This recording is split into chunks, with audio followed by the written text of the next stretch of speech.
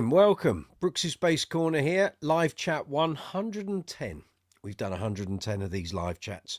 You're very welcome. Come on in. We're broadcasting from London town here in the UK. We're talking everything bass, guitars, amps, effects, accessories, strings, pedal boards, doing auditions, learning how to play bass. If your gear's playing up, maybe you've got some problems with your amps or your pedals, or maybe your bass is just giving you a load of grief, come on and ask us. If I don't know the answer, I'll open it up to the fine people that frequent the Brooks's Bass Corner live chats. You're amongst friends, so as long as you want to talk bass, everything's good. If you want to come on the channel and talk a load of old rubbish, if you're a regular, you can talk a load of old rubbish. If you're someone we don't know, then please introduce yourself. And you can talk rubbish, but if it gets a bit volatile and a bit rude, then we'll shift you off. But it's good to see you. Welcome. As I said, live chat 110. I can't really get my head around that, because I can remember around about live chat 25 and 26 and thinking, no one's watching this. I think I'm going to roll up the live chats. And here we are at 110. And they're going from strength to strength. So thank you very much to all the regulars. Gareth Harrison, you're one of those, so good to see you. And yeah, I don't quite know where the weeks go. But anyway, here we are. Tuesday nights from 8 p.m. in London town.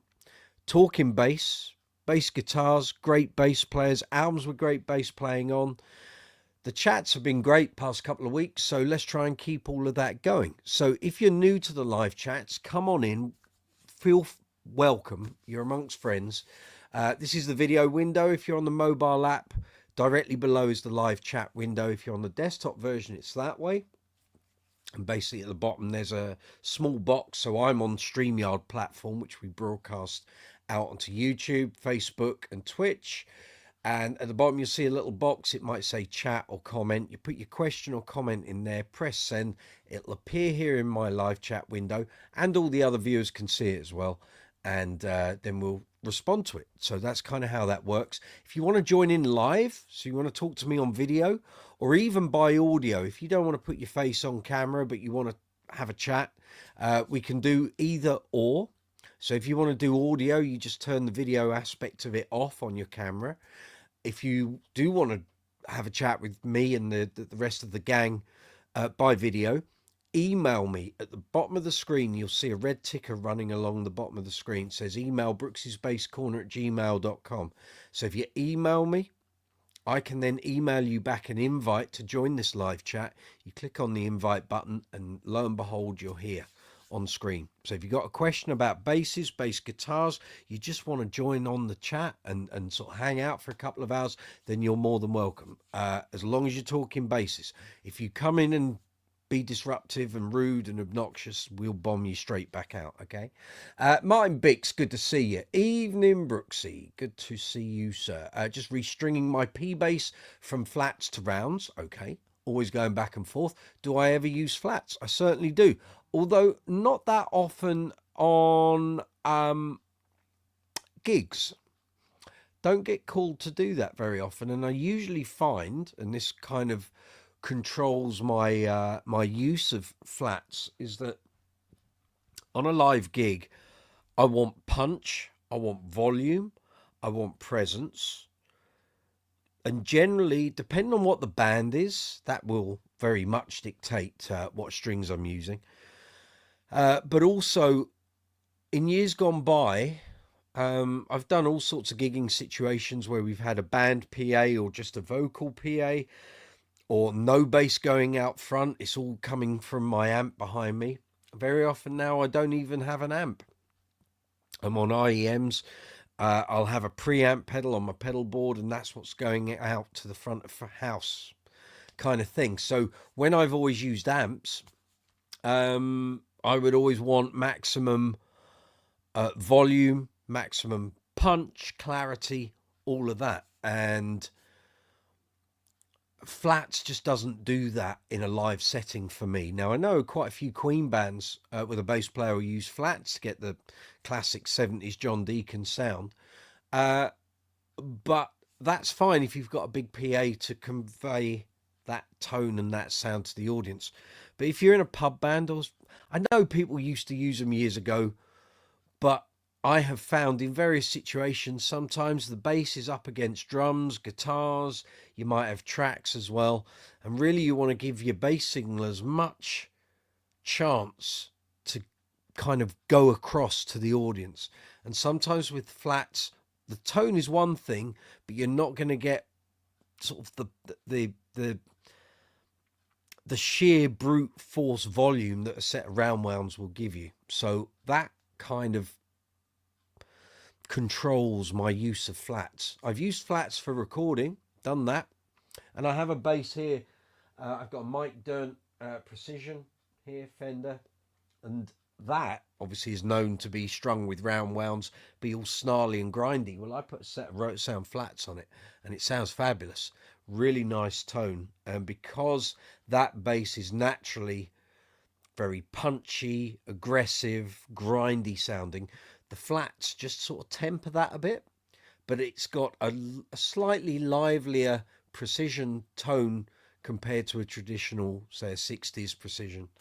And it just seems to be a nice combination. So I haven't changed that for about 5 years, maybe, nearly. I guess, yeah, it must be nearly 5 years, because I did a couple of videos on that. I did a review and a demo, well, not long after this channel started, and that was August 2020. So we're coming up on 5 years. So those flats have been on there 5 years.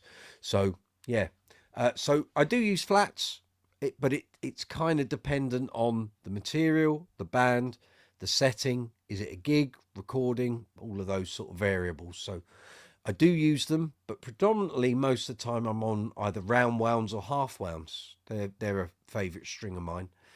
So for a number of years when I had Piccato endorsement, I had a bunch of half wound sets. Piccato don't exist anymore. So thankfully I do have some half wounds still, but now when I want half wounds, I either use rotor sound pressure wounds, or I'll find a different manufacturer and just buy up some half wound. Sometimes they're called ground wound. It's the same thing. So that's what I'll do. Gareth, how's your week been? Busy, lively, I think is a good description. So last week was leading up to Easter. We did live chat last Tuesday, of course. Let's think. I was doing a video which you guys have now seen, Gig Vlog 5. If you haven't seen it, let me put in a link for you. So if you want to check it out, you can. Or you might want to check it out after the live chat, or you might want to check it out while you're watching the live chat if you're watching the live chat after the event. Just bear me a moment. Let's just put that in there. So this is Gig Vlog 5. So you've heard me talk about these request shows that I do in the centre of London at a place called Greek Street Live. And this is, well, the first couple I did this year. I didn't film. I didn't want to do a gig vlog because the weather is so dark, and it just made it not a great viewing experience. And the venue is very small, quite cramped, very sort of tightly packed in. And I just thought, trying to do a gig vlog and film it, it's going to be a nightmare. And the walk from the tube to the venue, I don't want someone sort of beating me up and nicking the phone. But anyway, I then sort of sussed it out for a couple of gigs, and I thought, actually, we could have a go at this. So Gig Vlog 5 is from a gig I did on 1st of March, after we did a Saturday afternoon live chat. So I thought, well, let's give this a go. So if you watch Gig Vlog 5, you'll see how it all pans out. So really, we go in, we have no idea, no concept of the songs that we're going to play. Predominantly as a request show, you're playing what the audience request. Thankfully, most of the time they pick sensible songs, so you can kind of, and if there's a lot of requests, then you can kind of work it out. So if there's, say, 50 requests, then we'll pick 10 for the first set that we know we can sort of knock out very quick. And then if there's a few on there that we're like, not sure how that goes, we'll save them for the second and third set. So we've got time in the breaks to have a quick listen, work out what the chords are, and bang, bang, bang, and we can play them. If there's something really left field and it's a bit obscure, and we think it's going to kill the vibe, it's going to kill the night. No one's going to want really to hear this other than the guy or girl who's requested it. In those occasions, if there's so many requests that we don't need that one, then generally we won't do it. But we try to accommodate as much as we can. And if you watch that gig vlog, you'll get an idea how it kind of works. So you'll see me kind of, I've had to put my camera in the back pouch of my gig bag. So I've been using these Tortec gig bags. Not particularly expensive, nice bags, fairly rugged, haven't fallen to bits. I've been using them for 5 years or so. Let's forget that. So what I do is I take my bass out, prop this up against the wall, and where I'm standing, I've literally got a postage stamp of space. So I have a little pouch here, and what I do is I put the camera or phone or whatever I'm using on a very small tripod, which funnily enough this camera is on, and I just perch it in there, and it's like a 3-way tripod. So I have one leg out the front and 2 going down, so it can't go any further than that point where the 3 legs meet, and it just sits there and films. So if you watch gig vlog 5, you'll see what I'm talking about. So it's basically in that bag propped up against the wall, and you're seeing the back of the bass neck and me on occasion. Then you see the trumpet player, and then beyond him you'll see the main guy who's doing all the keys and the singing and organising the requests, and that's kind of how it works. So you'll see on there's a real mash of songs, and every gig is totally different. So there are some more coming up. I've got to post it here, the schedule. Hold on. So that was gig vlog 5. Tomorrow you'll get gig vlog 6, which I thought I was going to have finished today, but I needed about another half an hour. Then we got an Uncle Funk show. There's This Is Queen show. Then we've got a Supersonic Queen show, another request show, another Supersonic Queen show, another request show, and then we got Uncle Funk's Decades of Dance, which will take us up the gig vlog 13. So they're all sort of coming your way. So that was that video. Then we had Good Friday, and I was doing video editing and what have you on Friday. Then I'm trying to think. Then we had Uncle Funk show on Saturday, which was a private event, private birthday party. We were actually booked by Dave Oliver, who is the keyboard player for Mama's Gun, amongst other things. So if anyone out there is aware of who Mama's Gun are. So that gig came about by sheer chance. So I went to see Mama's Gun a year and a bit ago, about a year and a quarter ago. And I added Dave as a friend on Facebook, and he accepted my friend request. We had a brief chat. And in the autumn last year, he posted up that he was organising the birthday party for a friend of his, and they needed a disco band. So disco bands apply, and send us your price and what you do, and we'll pick a band. So I put Uncle Funk forward, of course, and I think they got bombarded. And about 6 weeks later, he posted it up again, and I was like, but I've already put us forward. You haven't said yes or no. So I messaged him again and said, look, I did send you a reference for Uncle Funk, so, you know, check us out and let us know. And we got the gig. So he was there at the party on Saturday, and he was doing a load of keyboard stuff in a different room on the same gig. Now, the place we were playing was like an old pub over in Hackney, and it had multiple floors. So we were down in the basement, and this is obviously an old pub, but now it's like a booking, a venue you can book for parties. So it's not really a pub, although they had a really good bar there. So maybe it is. Maybe it's like a discreet bar or something. So we were in the basement, then you got the bar. Dave and his thing was going on there. Then there were other things going on other floors. And it was great. We had an absolute blast. So Dave, if you're watching, I'm sure he's not, but we had an absolute blast. So thank you for booking us. Audience were fab. Show was fab. All good. Then Sunday I had Easter with my family. And then yesterday was a bittersweet day. And I'll elaborate a little further when the pink bearded bass man appears. And I'll get into that. And then today's been life and video editing for YouTube. So that's it. That's kind of been my week. So how's your week been, Gareth? let me know. Martin Bix, you need a second piece so you don't have to keep changing. Yeah, very much. Very much so. Dino Dan Baseman, good to see you. I don't think you've been on here before, but if you've watched previously or you have been on here before, you're welcome. Good to see you. Is there an issue with tuning all your basses to BEAD, or should I have a few tuned EADG and BEAD? Well, it depends on what you do. So are you just playing in one band, or are you playing in multiple bands? Do you dep, as in stand in for other bass players in other bands?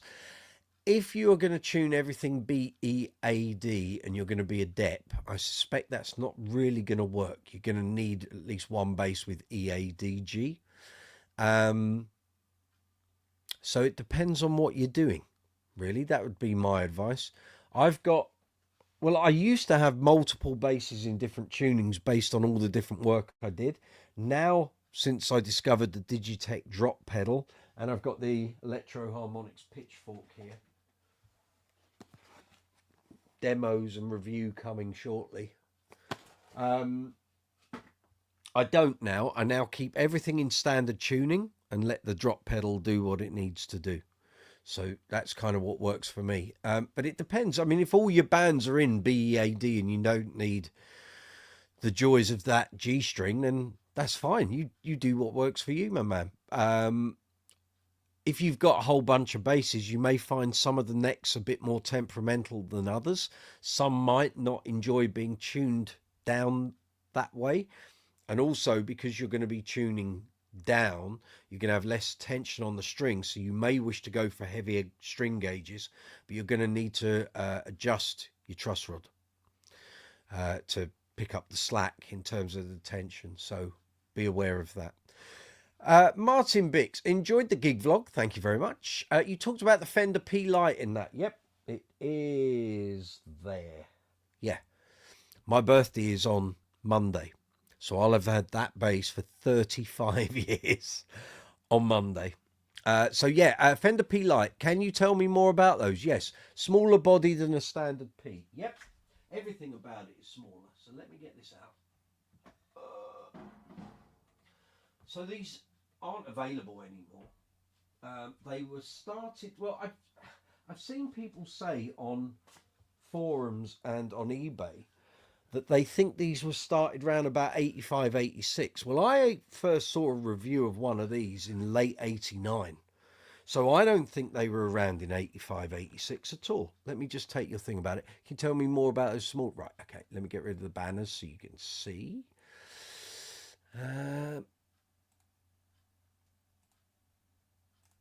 There we are. That can go as well. So, for some reason, StreamYard has changed a load of settings. Just bear with me a minute here. I don't want that. That can go. No, that's not it. Right, I don't want that thing. So just bear with me. I've got to go into settings here.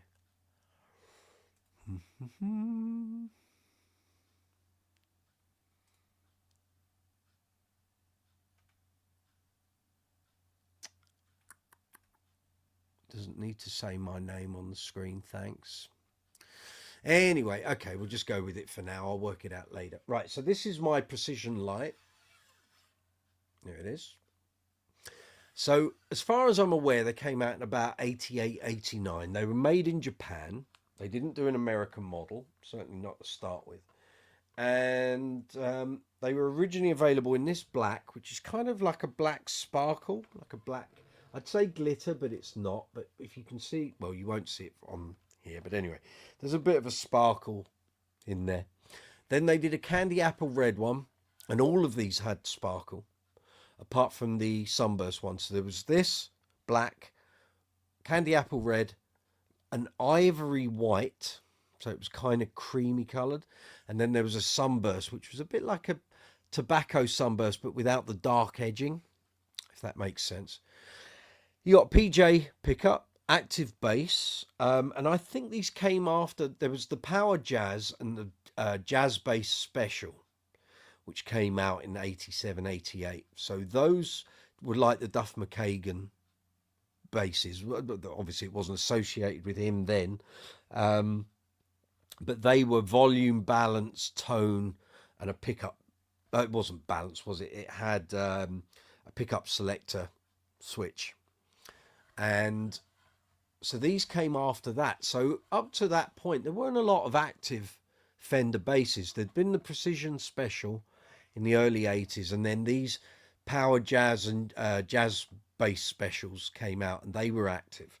But this was one of the first things I was aware of. Bear in mind, I didn't start till 87, bought my first bass in 88.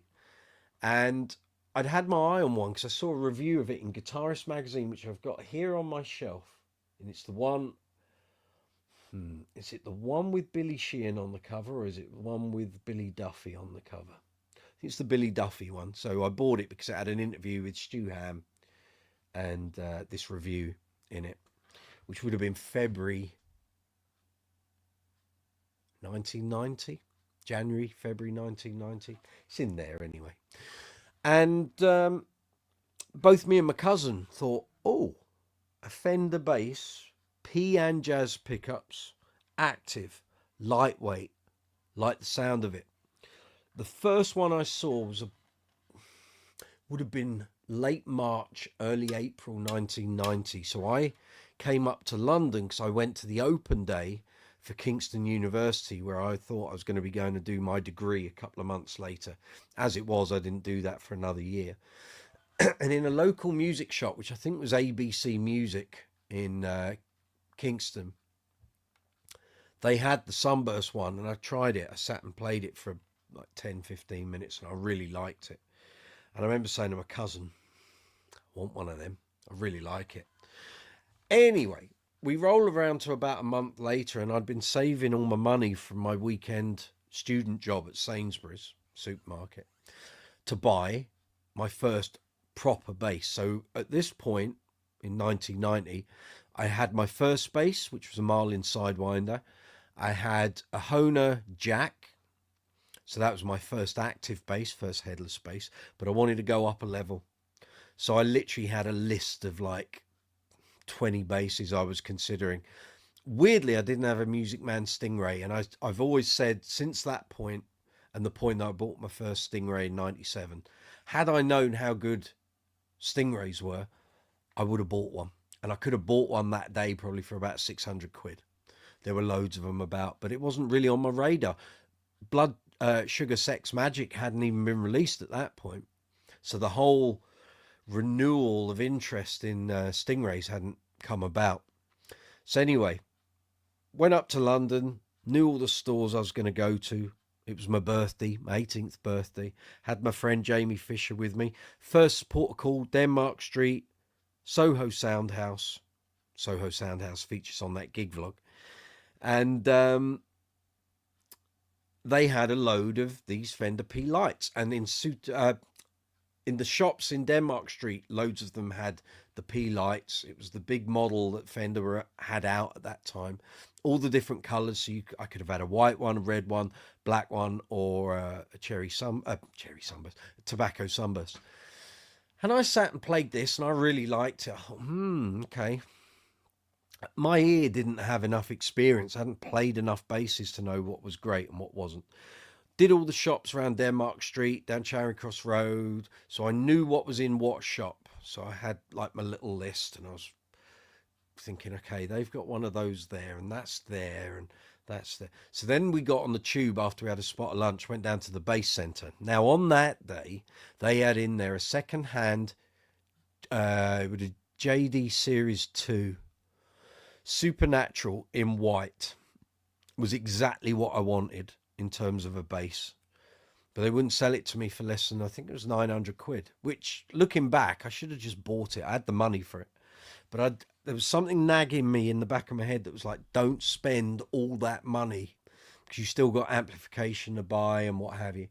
And I ummed and ahed. They were not going to budge on this 900 quid. And quite rightly, they were easily going to sell that bass for 900 quid. So anyway, also in there was a Spectre. I didn't know all the different models at that time, and I hadn't been to the Hall & Oates show and heard Kasim Sultan play his Spectre, which is what turned my ear to Spectre basses. But I knew of Spectre basses.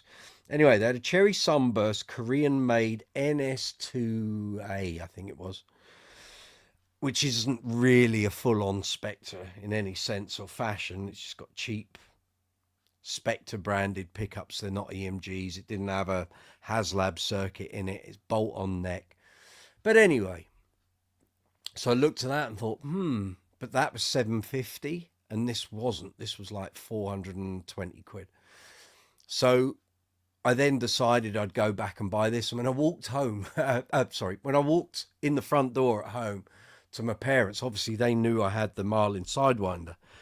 And I pulled this out. My mum said, "You just bought the same bass." I went, no, it's not. It's a better bass than that. She said, "Well, it looks the same.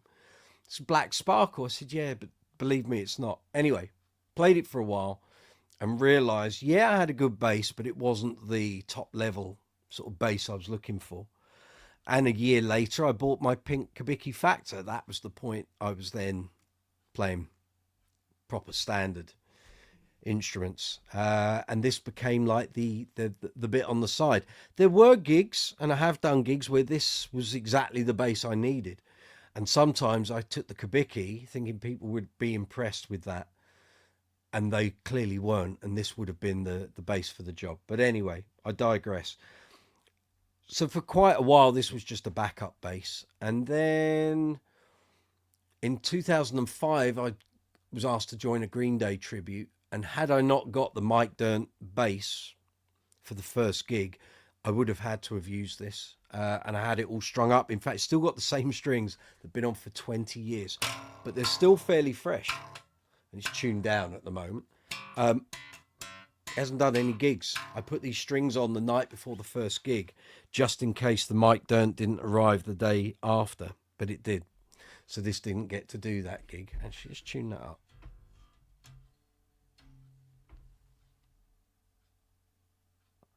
So in terms of weight, I think it weighs about 7.5 pounds. They're really super light. The body's obviously much reduced in terms of dimensions. The headstock is much smaller. The neck is like a jazz neck, but really like there's no expanse. It almost sometimes feels like a kid's bass, but it's not. I mean, you can do gigs with it. I've seen people on TV shows playing these. You can buy them second hand. They come up all the time. If you've got back problems or posture problems or arm issues, hand issues, this is probably exactly the bass you want. I was a little put off over time by the circuit and the pickups, which I felt were a little weedy. So in 1994, I knew you could buy these Seymour Duncans, which have EQ tone shaping like switches on. I had them wired up at Rock Bottom in Croydon, and the guy who did it, I assume knew what he was doing, but I think he just wired them in as a replacement pair of pickups. He didn't wire them in to make use of the tone switches, and the controls or the pots that were supplied with this wouldn't allow you to use these controls. And he said, well, I can either not put the knobs back on, but you're going to have one that doesn't do anything, and you're just going to have all the pot shafts there. So I left it like that for a while, and about 6 months later I went to the bass centre and I asked Chris Ward, just work your magic, can you use the pots that came with the bass, put the pickups in? And that seemed to be pretty good. Having read up more about these pickups, I probably should take them out, put them in another bass, and use the package that they were sold as, and maybe revert the circuitry back to the original pickups and circuitry that came in it. The hardware is kind of tarnished, but you kind of expect it's 35 years old. But it's good. It's still going. It's got some dings and some bangs, and it's been all over the place. But I just can't see myself getting rid of it. I'll probably have it till I croak. You know, I bought it on my 18th birthday. What are you going to do? You know. But if you're looking for a cheap, lightweight PJ bass, then maybe that's kind of what you want to look for. But like I say, they do come up, and then this was the forerunner to the zone bass that Fender brought out. and there were various models, various circuitry options. I think they did a 3-band EQ at one point. Rhonda Smith of Prince's band was used as an endorsee for a while, and you may find that if you search Google Images, or you come across some old Fender catalogues. So that's the Precision Lyte for you. But they weren't expensive, and they still aren't when they come up secondhand. They've never become a collector's thing. Okie dokes, let's go through this. Gareth, it was your uncle's funeral today. I'm sorry to hear that. I hope you gave him a good send-off.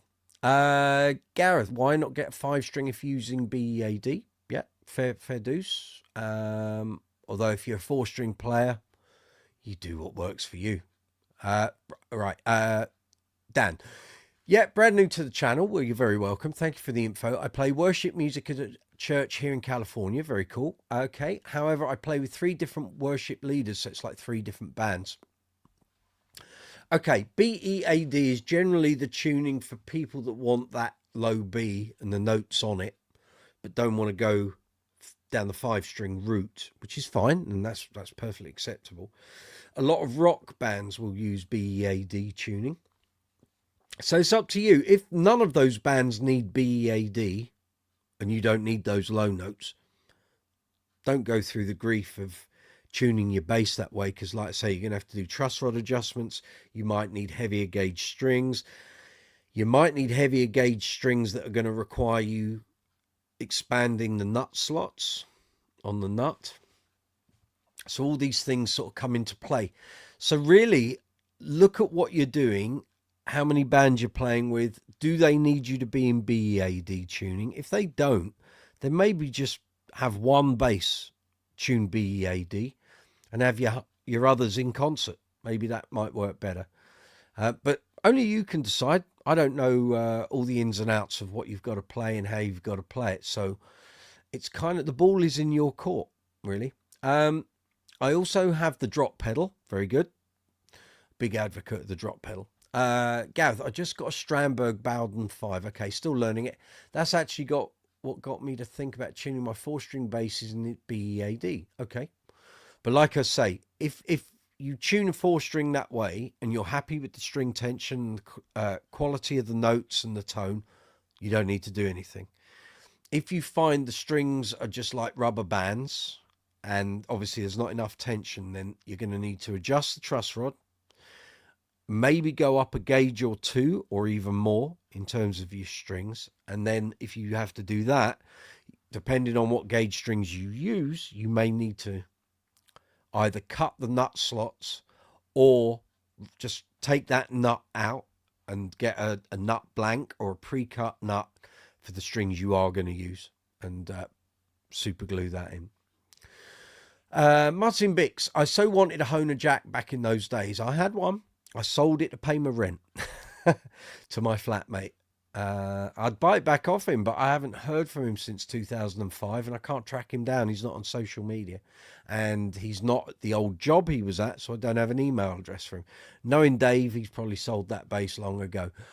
You really like the look of the Fender Lyte, since I missed them at the time. Had little interest in Fenders back then. They come up on eBay all the time. One thing to be aware of with them, they've got a basswood body and it's soft. So if you take the strap buttons out and put strap locks in like Shallas or something else, you're probably going to find you need to glue those screws in which case take the old strap button out and the screw, fill the hole with super glue, put the strap button on and screw then that strap button into place, and the glue will set the screw in place and it won't come out. I had those strap buttons glued when I had the pickups done, so that's 30 years ago. They've never moved since. Having said that, I don't really use it on gigs very much. I use it sometimes for just noodling about here at home when I don't want to take a bigger, heavier bass out of the rack. And like I say, the P lights are so light, you don't really think you're wearing a bass. As I get older, I'm probably going to find myself gravitating to using that bass more often anyway. But just keep your eye out, set an alert on eBay, and they do come up. There have been some on Bass Chat here in the UK. But the original 4 colours were the tobacco sunburst, the red, the white, and the black. And then they started to expand the range over time. And then they did a couple that had humbuckers instead of the PJ. And then they moved on to the zone, and they sort of expanded the range. And I think they kind of wound all of that up around about early 2000s, maybe. But they're out there. Gareth, my first 2 basses were a Marlin Sidewinder in red sparkle. I had the black sparkle, and a Korean Squier Jazz. Marlin Sidewinders were responsible for getting so many young bass players up and running in the mid to late 80s, early 90s, before they were phased out. They were great for what they were. You know, mine, I think, cost me 120 quid, 125 quid. And I used it relentlessly for a good couple of years until I sort of found my feet and then started upgrading. And actually, I sold that Sidewinder on the day I bought the Fender P Lyte. I sold it to a friend who I'd been at school with a couple of years earlier, and his younger brother wanted to take up bass, and they knew I wanted to move the Sidewinder. And so I think that day I went to Jamie's house. We then went and met the guy that was buying the bass. He bought the bass. I had I had a pocket full of cash, probably 1,000 quid. Got the extra money for selling the bass, and then I had funds to go shopping, bass shopping. So what possessed me not to buy the JD Series 2? I just don't know. I should have just bought it. It was everything I was after. But then looking back, that wouldn't have been the tone I was after once I was in the glam rock tribute band. The JD probably wouldn't have worked in that context. It certainly wouldn't have worked in the covers band I ended up in 1998, because by that time I had bought a Series 2 JD and it was totally the wrong sound. But there we go. There we have it. So it is coming up to 20 to 9 here in London town, here in the UK. You're very welcome. This is Live Chat 110 here on Brooks's Bass Corner. Just going to have a quick drink. You got any bass questions, bass amp, bass effects, strings, gadgets, gizmos, accessories? Fire away. Stick them in the live chat box and I will respond as quick as I can. As soon as I see them pop up, I will respond. I'm just checking the stream health. Just bear me a moment. It's all going good, I think. Live stream. Stream health. Stream is healthy. Stream health is excellent. That's what we like to see. Very good.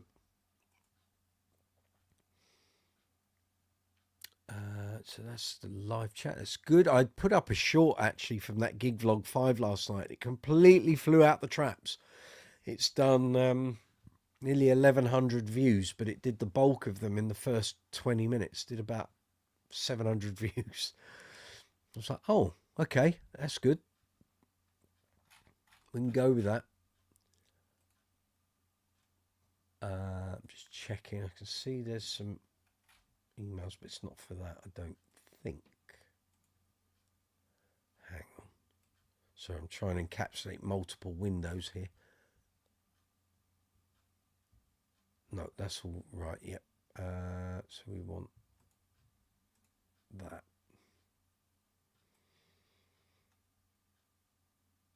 There we go. So I can see if anyone emails to come on the live chat by video.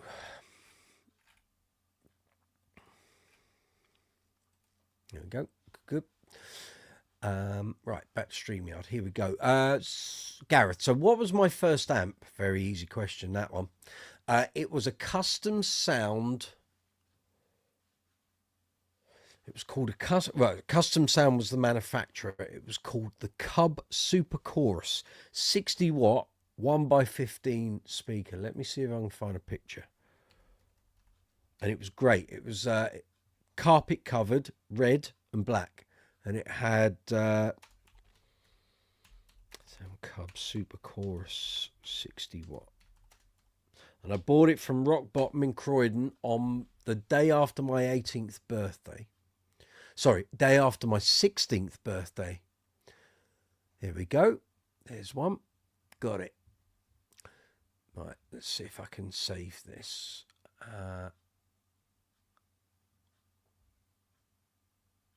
Or let's see if I can expand it. Yeah. One sold not that long ago at a guitar auction between 20 and 40 quid. Let me see if I can, let me share that. Okay, I'll try and share that screen. There it is. See if you can see that. I'll just take that down. Bear with me a moment. So that's what it looked like. It was carpet covered, 15-inch, no ports or anything. And there is another picture of it here, which will show you the control panel.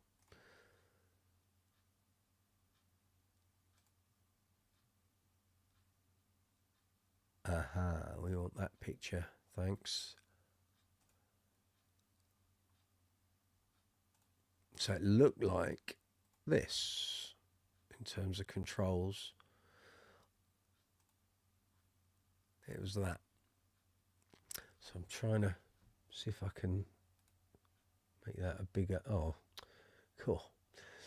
I think it was just like gain, bass, middle, treble, and then you got into the chorus settings. So you had rate, depth, frequency, and level for the effect.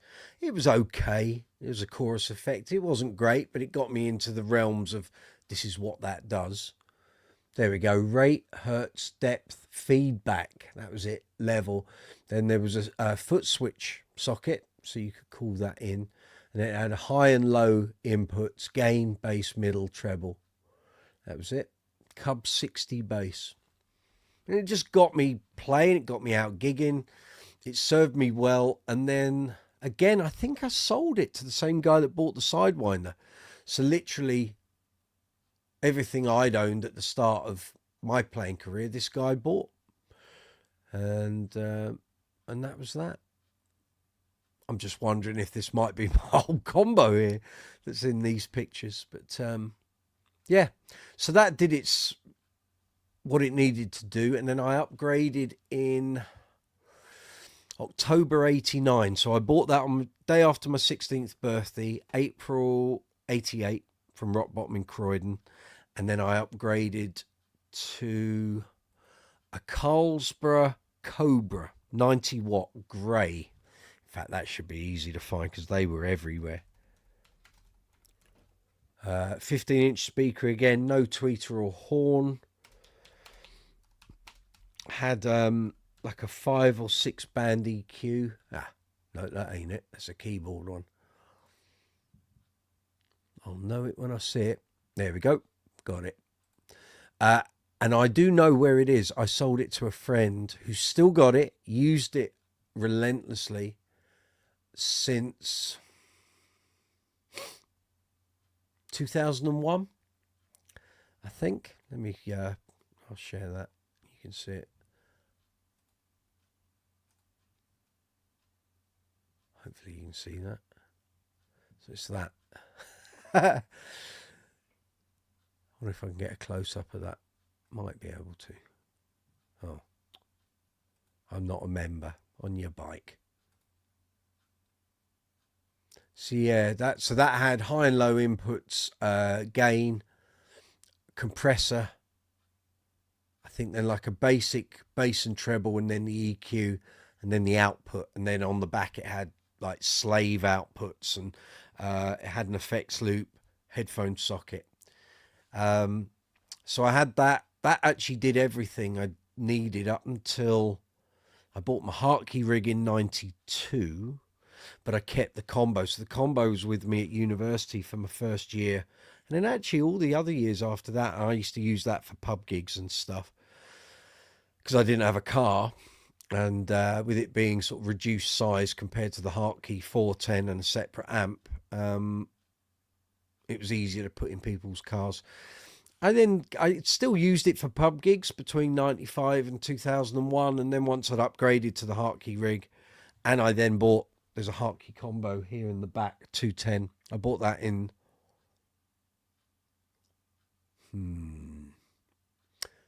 probably early 2000, I think, from the base center. So it's made up of components. So they had chassis, and I don't think it was an actual model that they made. So they had like a 200-watt head, 2x10 chassis, put the speakers in, put the amp in, bang, done. And because I was already using a 410 and a 350 head, I surmised that if that went down, either the amp or the cab, then the 2x10 would get me out of jail, and I could just swap the amp over, and it's still going great. So from that point on, I didn't need the Carlsberg anymore, and that was that. And then in 2002, I shifted the Hartkey rig on and bought my EBS stuff, which I've still got. So there you go, potted history there. Martin Bix for you, Laney linebacker, 50-watt. They were everywhere. The Laney stuff was everywhere. Blue and orange livery, fascia plate on the front. Bill Derbyshire, good to see you. How's that bass you won from Bass Brothers doing? Your first proper bass amp was a Carlsberg Cobra 90-watt bass combo. There we go. Loved it. You had the green one. Ah, yes, that was the range before they started updating all the livery. And funnily enough, so that I bought that Cobra in 89.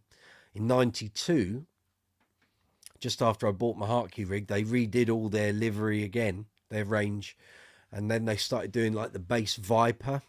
And in those cabinets and combos, they had tweeters, which made all the difference. Because I remember doing a rehearsal, and my Hartkey cab didn't have the tweeter. It was 410, but no tweeter. They hadn't started doing those yet.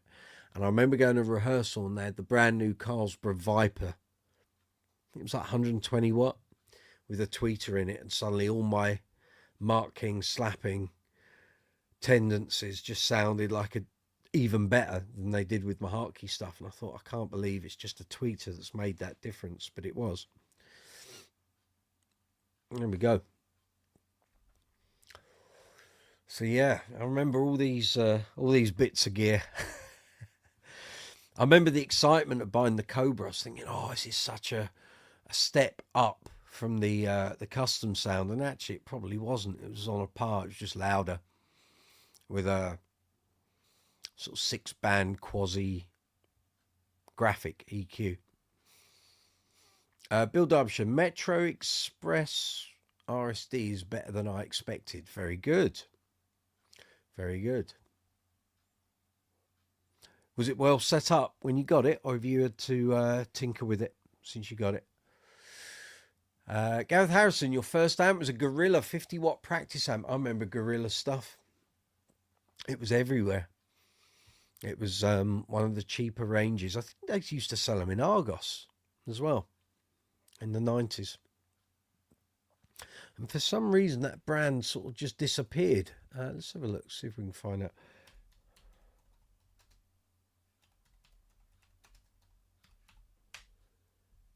There we go.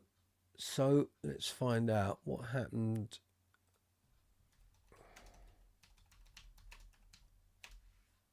They either got bought up or consolidated into another brand. Yeah, there's plenty of it. Right. In Gorilla guitar amps, specifically the GG20, are no longer produced under the Gorilla brand. They were part of the Pignose company, right, which changed ownership in 2023. The GG20, often considered a budget-friendly practice amp, is known for its simple design and limited features. Okay, in 85, Pignose Industries was acquired by Howard Chatton, called Pignose Gorilla. In 2023, Pignose was acquired by Aria, based in Japan. Okay, let's see if there's anything on the Wikipedia page. Company was originally founded in 1969.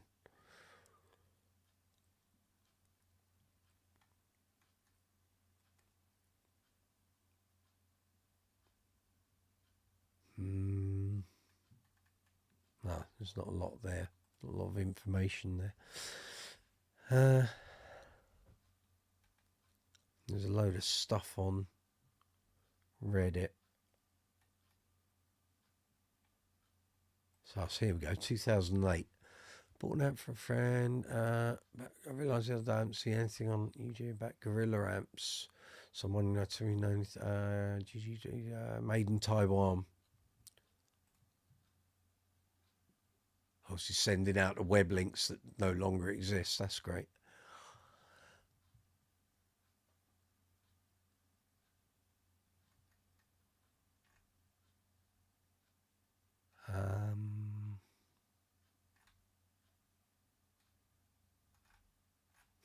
Okay. Just seems like they were phased out, I think. Someone's saying they're horrible amps, but it's all right. You get what you pay for. They're not overpriced. The 20 water is $60 on an online store. Okay. Oh, well. You live and learn. Visog, good to see you. Yours was a PV TNT 150 now. There's an amp. The TNTs and the TKOs, they were built to last. And I still come across those amps occasionally, turn up in music stores and rehearsal rooms, and you look at them and you think, I bet you got some stories to tell. Some of them are 40 years old plus. They were always good, but they were always 1x15 speaker setup, so they would, so that you weren't going to get any 10-inch clarity out of them. Bill Derbyshire, I've tinkered a little with the Sadowski, but I do like a low action. Okay. Martin Bix, nice. Visog TNT 150 was my second amp. Loads of kids grew up with PV combos and Marlin Sidewinder or Squier basses. It was, or Laney linebackers. A massive step up from the linebacker. Yeah, those PVs were. PV seriously had their stuff down. They were always undervalued. Really were. Martin, did you have the top box for crossover mode? I didn't know they did one. How about that? Gareth Harrison, been asked to do some busking type gigs. Okay, so maybe looking for a battery powered amp. Thinking Roland Cube or Pignose. What are your thoughts? Exactly that. I don't know what's out there. I've never gone down the busking route. It's never enticed me. I do have a friend called Daniel Bagato who plays here in town, and he does like a rock 3-piece band, and they're doing all this sort of stuff. I have no idea what sort of amp he uses. I don't know if he just goes into a powered PA or what. So you'll kind of need to do your own research, unless someone else here on the chat has experience of battery powered bass amps and combos. Maybe someone else has done the busking thing. I never have. It's just never been a thing for me. I thought about it a few times when gigs were light, but trying to get a busking license here in London, there's so many hundreds and thousands of people trying to do it that you would just be at the back of the queue. So I never sort of ventured into that, to be fair. Bill Derbyshire, my very first amp was a Linear Concord. Never heard of that. Valve amp paired with an 18-inch home bass cab. Woo! All given to me free of charge. I bet that could push some air. Martin Bix, no, you didn't have the top box for crossover mode. And we're up to date with the messages. Very good. It's coming up 5 to 9 here in London town, here in the UK. Hope you're safe and well. Hope your bass playing's going great. If you've had gigs over the weekend, tell us where you've been, what you've been doing. So this week, it's a quieter week. I've got one gig on Friday. I'm doing crazy little thing called Queen in Bishop Stortford at South Mill Arts, which is where I play a lot of gigs with Uncle Funk, of course. So it'll be a bit different. And I think we're on at 7:30. It looks like it's nearly sold out, I think. I was having a look at the seating layout yesterday, and it looks like we're nearly sold out. So if you're going to be at Bishop Stortford, South Mill Arts Centre this Friday, I will be there. I will be the bass player. And we got the lovely Luke Timmins from Supreme Queen will be with us. And then you've got me, Ivan as Freddie, and John, and we all playing This Is Queen as well. So it should be a good night. Some good tunes on the set list. We're doing a few surprises as well. And Ivan sent a song list through this evening, which is heavily biased towards live killers. So, like I say, a few surprises on there.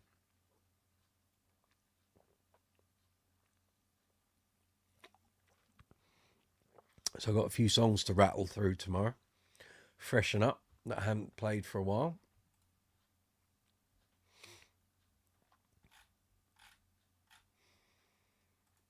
Got to pull some notes out. Refer to them. Let's just check everything is going along fine. Yep. If you're one of the new subscribers, I've had 4 subscribers today. If you're tuning into the live chat, you're very welcome. Good to see you. Thanks for getting on the bus. And I hope you find some content here on the channel that you'll find interesting and helpful and entertaining. Stream health. How are we looking? Yes, all good. Excellent. Splendid stuff.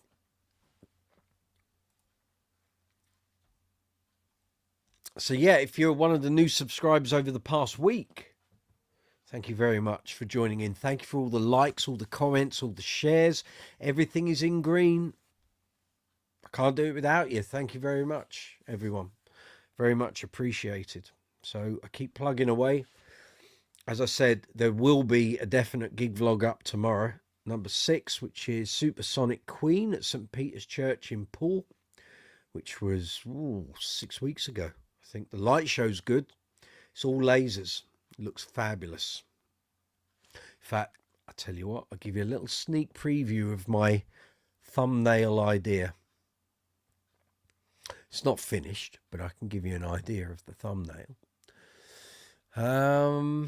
I can't really put it on the community tab because of the image size that we have. So you guys will be the first ones to see this. Right, gig vlogging. Here we go. Number 6. So this isn't finished. This is just an idea. I haven't fine-tuned it yet. But anyway, you'll be able to see that. Let me take Martin's comment down. So naturally, it's a lot of Queen. So that's what the laser show is like. The footage I've got is from behind the band. So you see all the lasers going out across the audience and up into the belfry of the church. And then there are some video clips that people in the audience took, which I've been able to use and integrate. So you'll be seeing it from the audience's perspective, which is where that shot comes from. So hopefully, well, not so much hopefully, that will be going up tomorrow. So keep your eyes open. It'll probably be, in fact, let's have a look. Just see what the analytics are telling me. Best time to publish on a Wednesday is around 4 o'clock. So yeah, what I'll probably do is upload it earlier in the day and set it for a launch just after 4. So you will, if you're subscribed to the channel or you've got the notification bell turned on, you should receive a notification around about 4 o'clock. And that gig vlog will be ready to go. It's a good one. It's a good one. It's a good show.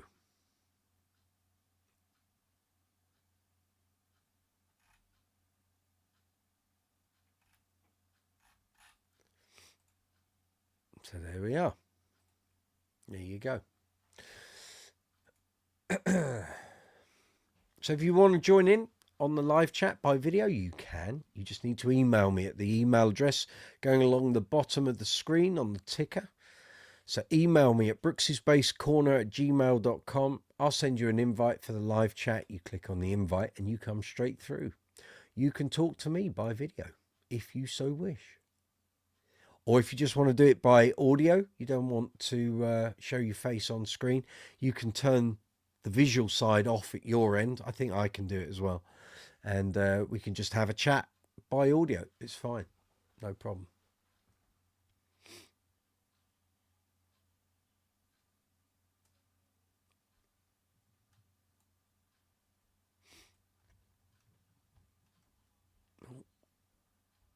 There we go. Good. Right, now I can see everything. Oh, dogs are kicking off. Bill Derbyshire, I believe the Phil Jones bass double 4 combo will run off a battery pack. Let's have a little look, shall we?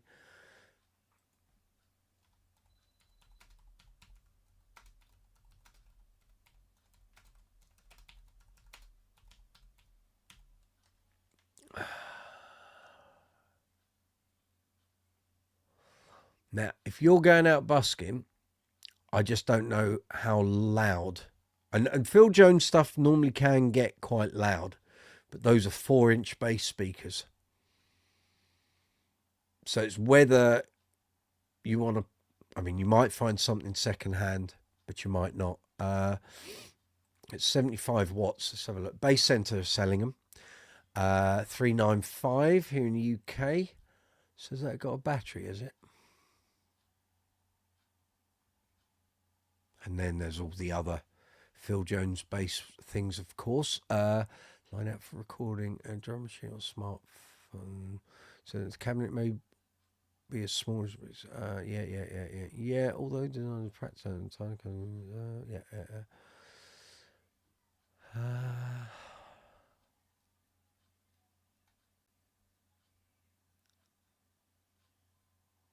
okay, put next materials. Each driver is fed by its own PWM amplifier. That's what's make it efficient. Okay. The backs of speakers are loaded with rectangular auxiliary low frequency radiators. Well, you might want to try one of these. The cabinet enclosure is heavily braced, internally lined with acoustic. Right, here we go. Power. I'm not seeing anything here, Bill, about battery operation. It's saying on the power 100 to 240 volt AC. Nothing to do with batteries. But then that could be the Bass Center have missed that out.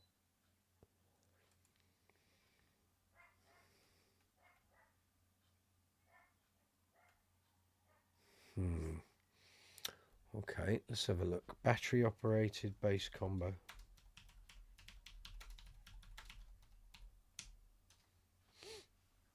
Okay, Sub-Zero. Don't know how loud that is though. Okay, there's a few showing up, mainly available on THOMANN or Gear for Music. It's THOMANN. What's this? Bass combo. There is a chat here. Ah, you are right, Bill. Someone has said the PJB 44 can be battery powered with a portable chargeable laptop power supply. It's nice, but not a cheap option. There's the Roland Cube Street. 517 quid. Okay. So this is from 2022. AER, the Kingpins. AER gear is not cheap, but it probably is going to do that. Featherweight Class D 12 volt amp. Unfortunately, I made a mistake in letting deep cycle deer spotlighting battery self-discharge and sit for over a year, which killed it dead. I should have got a trickle charger for it. Okay. There is a chat. I'll put this in. You might want to check this out. So this is a link to a chat on Bass Chat. Let's see if that helps. Gareth, played through my mate's Phil Jones rig at the weekend. It's surprising how much low end you get from the small speakers. Agreed. I'm just thinking 2 4s. If you're outdoors, that might not convey, but try it. You won't know. You need to try these things. Don't just buy them on a whim and it might be an expensive accident. Bill, you're sending a picture on Messenger. Okay. Yeah. Ah, okay. Aha. Okay. Let me see if I download that.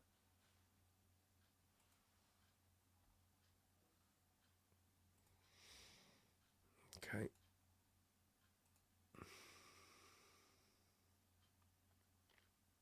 I'll share it with you so you guys can see it.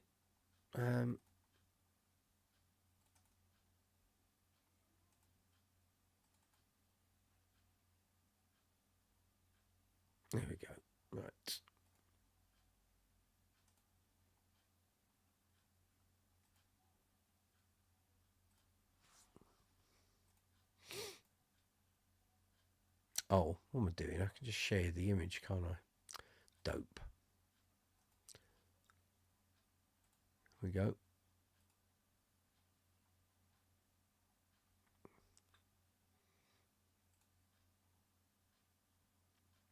I can't make it any bigger than that, I don't think. Let's just see if I can. Yeah. So you get an idea. Oh, it can be powered from laptop. Right. Okay. Got you. Got you. Bill Derbyshire, there's a video of Phil Jones himself on YouTube showing how the double four can run with a battery pack. There you go. There you go, Gareth. But yeah, if you want to buy one new, you're looking around between 350 and 400. You might be able to find some second hand. Maybe.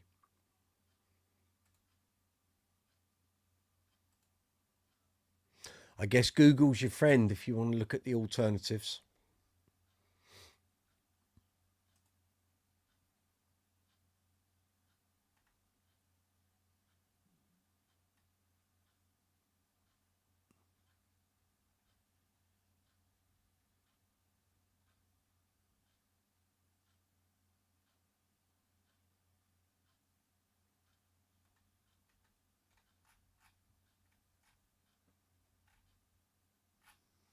Okay.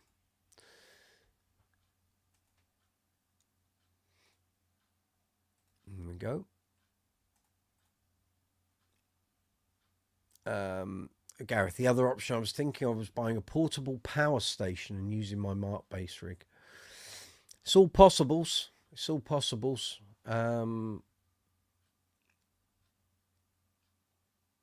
Yeah, I guess you just want something that's going to be a cost-effective solution, because the idea of busking is to make some money. And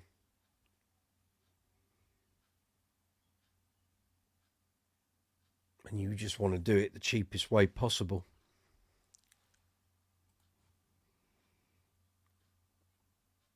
I would suspect.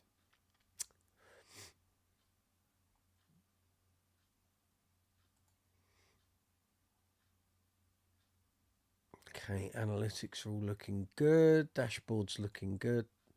Stream health is fab. Excellent.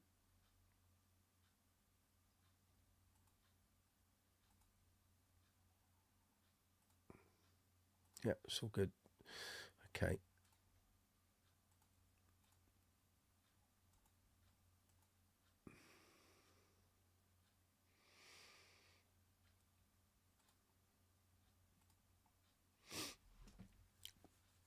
Yeah, like I say, I've never gone down the whole busking thing. It's it crossed my mind a few times, doing it as like a little band, not me on bass on my own. I know, although I did see a busker once, he was a bass player.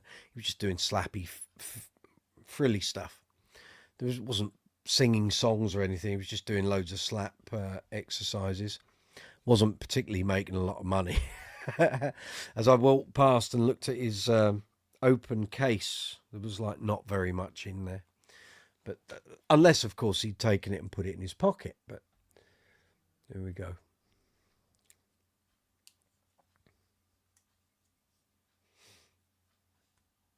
And hence the case was empty. Empty-ish. I think that was down near Trafalgar Square. It was a long time ago. I think it was like early to mid-90s. And he had a JD as well. So he was obviously a bit of a slap fan. And he was just doing all this frilly stuff. And I remember me and my mate just stood there and went, he's all right, isn't he? Yeah, he's good. But there wasn't a lot of cash in the case. But there we go.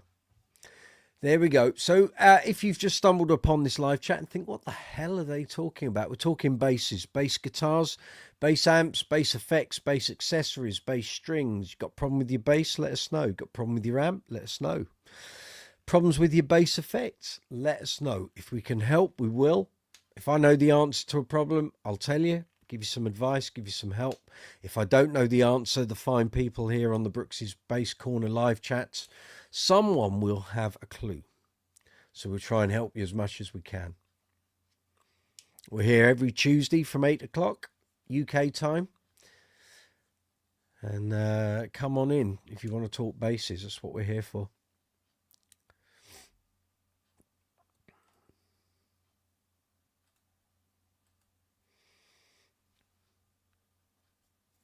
If you're watching this after the event, you can still get involved in the conversation. Leave a message in the comments section. As soon as I get a notification from YouTube that you've left a message or a comment, I'll reply to it and come back to you. So if you are watching this after the event and something gets mentioned or we talk about something and you want to get involved in it, you still can. Don't worry that the live chat's finished. Just send me or just put a comment in the video in the comment section below, and I'll respond to it as soon as I see it. Gareth, have I seen any videos on the Darkglass Anagram? I haven't. I did start getting press releases and stuff through earlier this afternoon while I was trying to edit up my video. So I think this is their sort of reply to the Helix and the Quad Cortex and Fractal and all of that. Is it Anagram, isn't it? Anagram. Here we go. Multi-effects. Okay.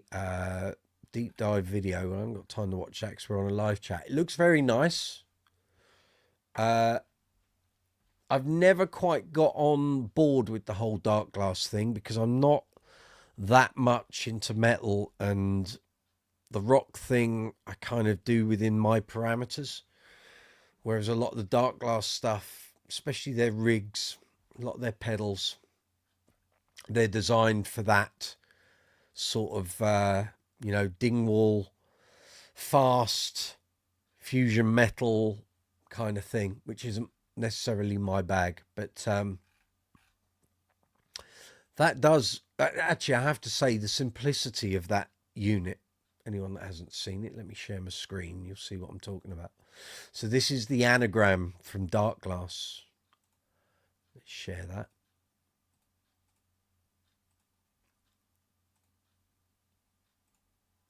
People are coming in here going, what the hell are they talking about?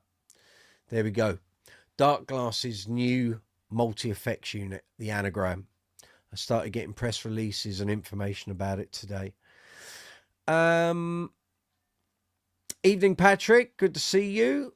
Hope you're well. Hope your week's gone well. So yeah, this looks like it's going to incorporate a lot of the technology and the presets and what have you from the existing Darkglass pedals and give it to you in a multi-effects unit. Let's have a look at the pricing, which will basically dictate whether it's going to do well or not. Because if they price it out of the park, a lot of people are just going to go, nah.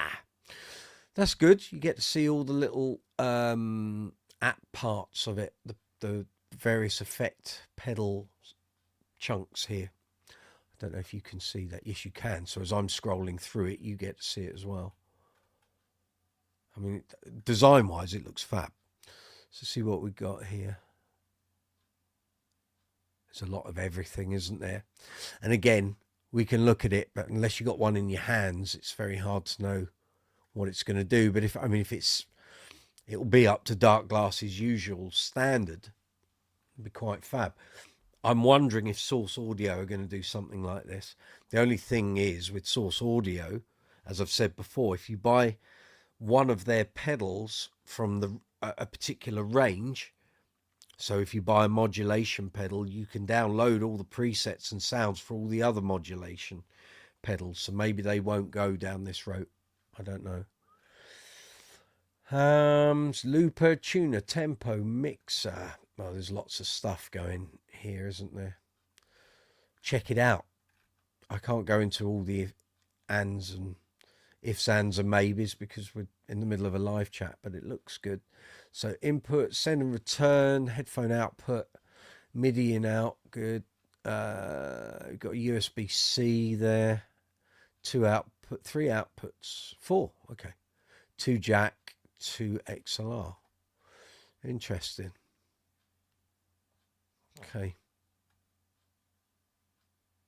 It's annoying they haven't got an auxiliary for putting music in. if you wanted to play along with something. I don't know why people overlook that. I don't. Let's have a look, see what the pricing on this looks like, or what we're being quoted. Here we go. $899. Okay, same ballpark as the Helixes were when they came out. Will be interesting. Will be interesting. If I can get hold of one to try, I will. Chances are I'll get rebuffed, as I always do, because the channel isn't big enough. We'll see. Leave it with me. See what I can come up with. Martin, you saw the anagram videos today. Looks like a lot of fun, but 900 quid, that's what you're getting. You see, it's aimed at people who are going to be out gigging, so they can justify it, because they'll say, well, after 3 or 4 gigs, it's paid for itself. Not sure it's something I would want. I'm very happy using my pedals. I hate the thought of having to make changes on the fly and then have to start tapping away at screens. And I see this sometimes in Uncle Funk. Our guitarist, Mr. Bobby Harrison, uses Kemper and Helix and all that sort of thing. And if he has to make some changes, he's got to go into the menus and start doing it all. And it just, I see the look of pain on his face. Whereas all I've got to do is turn a couple of controls, and it's instant. And I like that. Call me old-fashioned, but that kind of works for me. 20, 30 years ago, I was all for these all-in-one units. Keep it all compact, nice, easy and tidy. And my experience with that PV bass effects in the rig over there, in the rack, sorry, kind of put me off that whole compact, everything is in there, you've got to go through menus to change settings. Just put me off. I'd much rather do it manually with analog pedals and what have you, and that works for me. But I do like the size, you know, the physical footprint of these sort of units. It's so small, it's fab, you know. And so if you're on a cramped stage, you don't have to have a big pedal train board and it's taking up loads of floor space.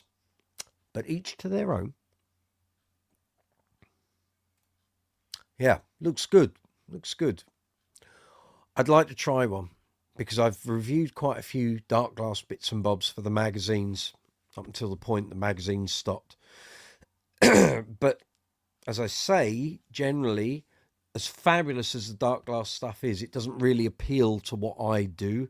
I don't do a lot of that sort of metally rock stuff. But if they're trying to move away from that by doing a unit like this, and the sounds are more all-encompassing for lots of different styles, then I'd probably be a bit more inclined to give it a go.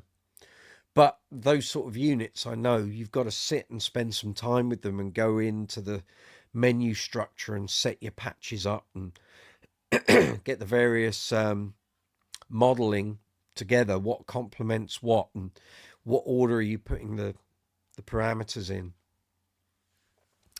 So you have to take a bit of time with that.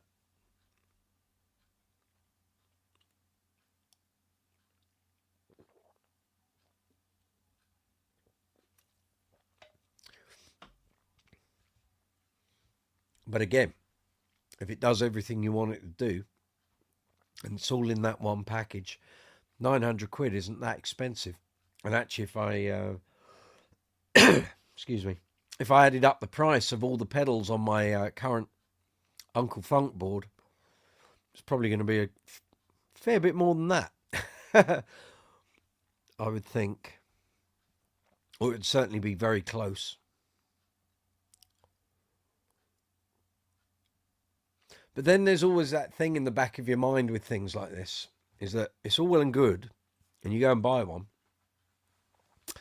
and in about 10 to 12 months, they'll bring out a version 2, and then a version 3, and then a version 4. And unless you can upgrade the parameters by the USB connection, which chances are they won't let you do that because they want you to buy the new upgraded one, you'll see loads of those on the second-hand market.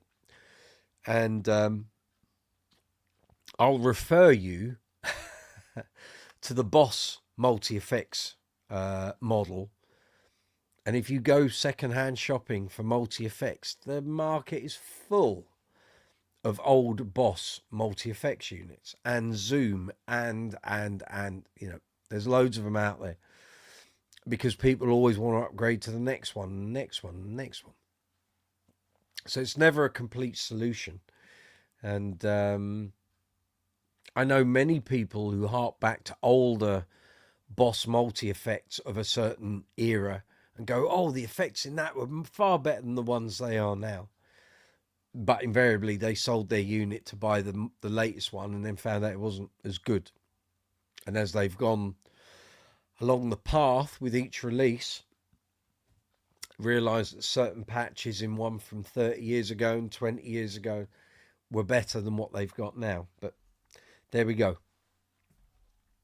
I've seen all that happen. I've seen many guitarists work through all this stuff.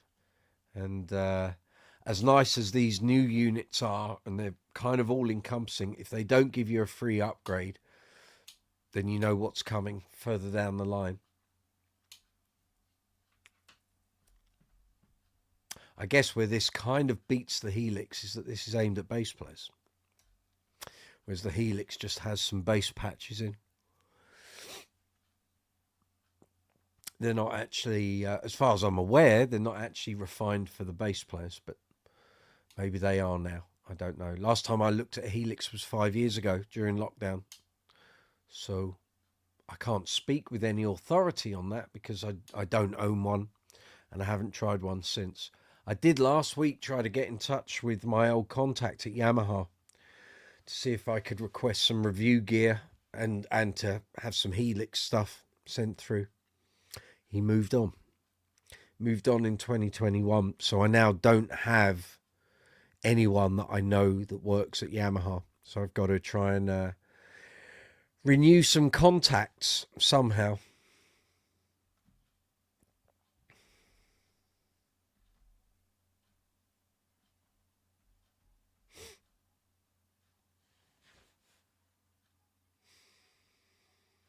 Oh, someone's trying to get hold of me for a gig. Just bear with me a moment. It's not a phone call, it's a message. Yeah,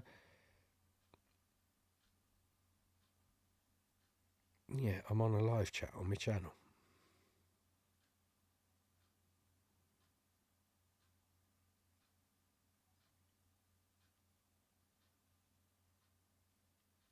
Yes, booked on a Queen show.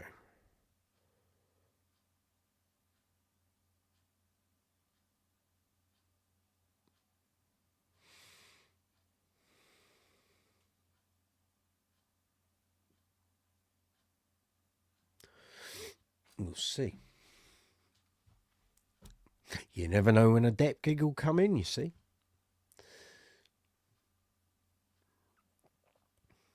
So what's Patrick been up to? How was your weekend, your gigging weekend, sir? Let us know.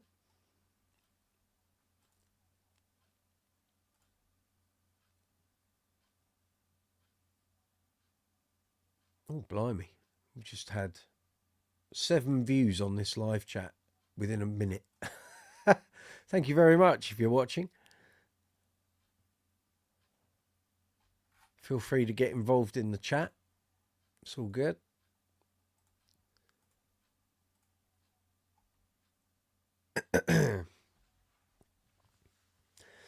As I said earlier, if you're one of the new subscribers, we've had a bit of a surge today, which has been great. Five new subscribers today. Thank you very much. Appreciate it. Please feel free to give this live chat and any other videos you watch here on the channel a thumbs up. It's the most important thing you can do for any of the content from my channel is to give it a thumbs up. It makes such a huge difference to the way the video and the channel is perceived by the YouTube algorithm. So thumbs up are vitally important, as are sharing the videos to social media and leaving comments. So those 3 things are the most important things for me, for the channel, for this video and all the other videos here on Brooks's Bass Corner. Please give the videos a thumbs up. Please leave a comment and please share the videos out as well.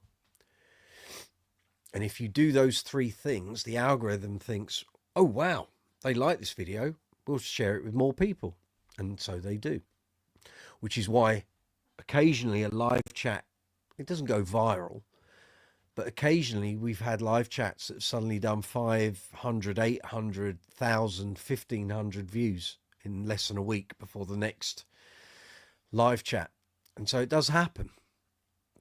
It does happen on occasion. One of the videos last summer, I think it was in late July, early August, did over 1,500 views. And I was like, I don't get it. I don't know what was different about the video or the stuff in the back end of the video that I do in the YouTube analytics.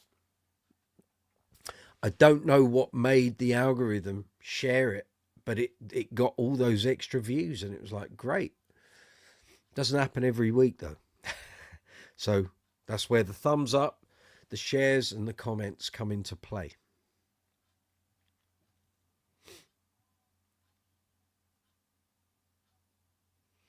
So we'll await the arrival of the pink-bearded bassman before I go into yesterday's little journey. I'll explain all to you.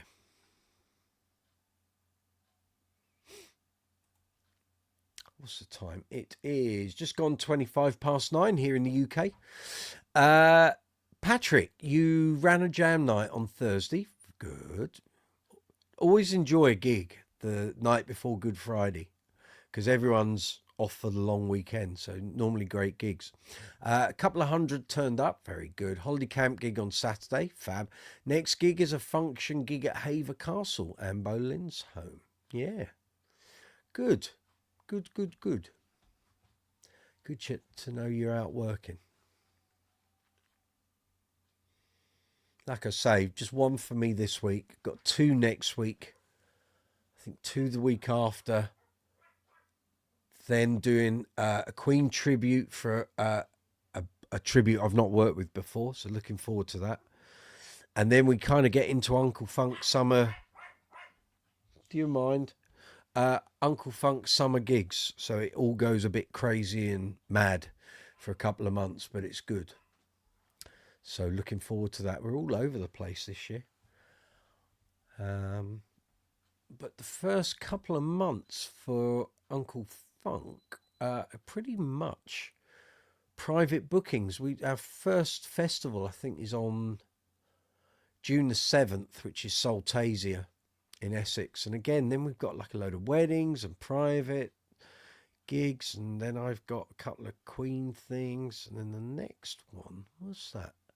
Oh, Richard Hammond's wife's do, playing for her. And then, oh, there we are. Then we start getting into festivals in July. So we've got Venue 16 Festival in Ipswich. We've got the Cheltenham Sevens Festival the week after. And it all starts kicking in kind of from there. But there are a lot of private functions for us this year. So it's all good. Work is work. That's for sure.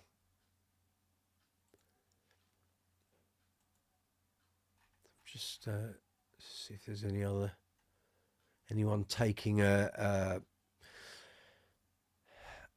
lead on that Darkglass Anagram pricing. On that shopping oh, okay. There aren't any shopping results because it's too new. Let's see if it's at PMT, if they've got them for pre-order.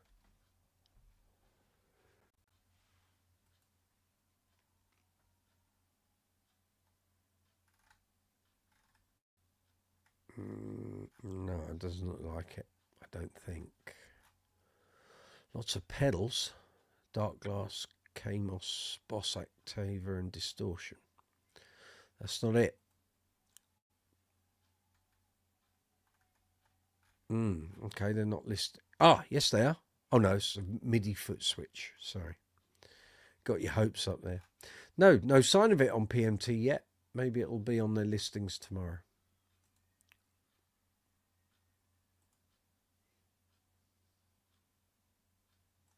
Okay.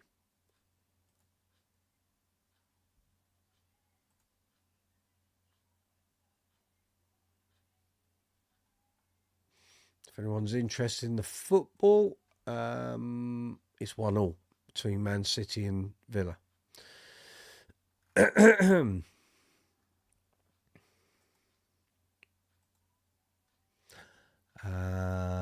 Patrick, yes, wedding season starting for you. Martin Fay from Dublin, good to see you. THOMANN have the anagram in stock. Very good. Let's have a little look, shall we? See what they're...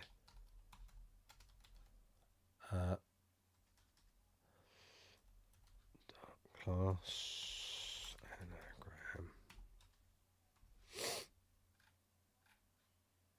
There we are. €1,099. So let's swap that into UK pricing, shall we? That says 939. So guitar is still cheaper at 899. I like the looper facility that I can see an image of on THOMANN. That looks good. It's a nice big display. That I like that.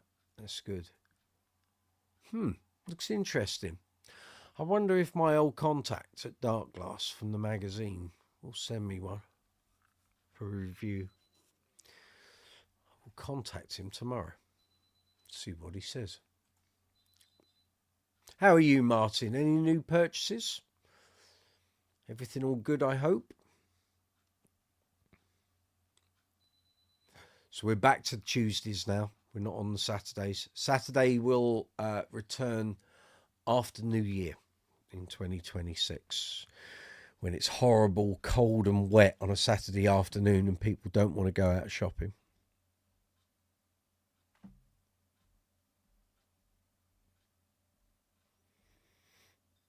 Oh, I know something I was going to share with you all. So a couple of weeks ago, about a month ago, we did an Uncle Funk show up in Ware, which John Cooper and Jerry Blair came to. And we had a depth guitarist on that, a young gentleman by the name of John Beadle. And after the show, he contacted me a couple of days later and said, I do this YouTube channel and we do sort of song play-alongs. Now, obviously, people know it's something I don't do here on Brooks's Bass Corner because of copyright issues and what have you. And I said, oh, right, okay. And he said, would you be interested in contributing? I said, yeah, all right. I said, if you tell me the songs that it's something I'd want to do, then great. Yeah, I'll get involved. And he sent me through, he wanted to do Only When You Leave by Spandau Ballet. So I said, yeah, I'll have a go at that. So I had to record the bass track, do a couple of video clips of me playing along with it. And he released this yesterday, listen to me, last week, I think on Thursday. So if you want to have a listen, you can. You don't have to, of course. It doesn't benefit me, but benefits John's channel. I'll just share it. I'll stick it here. If you want to have a look at that at your leisure, you can. Using a GB Roomer, totally clean, into an Aguilar tone hammer pedal, and then that went into my audio interface. So that was it. There's no other effects. The strings are fairly old rotor sounds that were on it, but they just seem to be the right strings for that track. Not too bright, not too dead, kind of there in the mix, and it all kind of fits good. What's this? The gig, all good, mate. It was for a Queen gig in Solihull. Oh, I know about that. I know about that.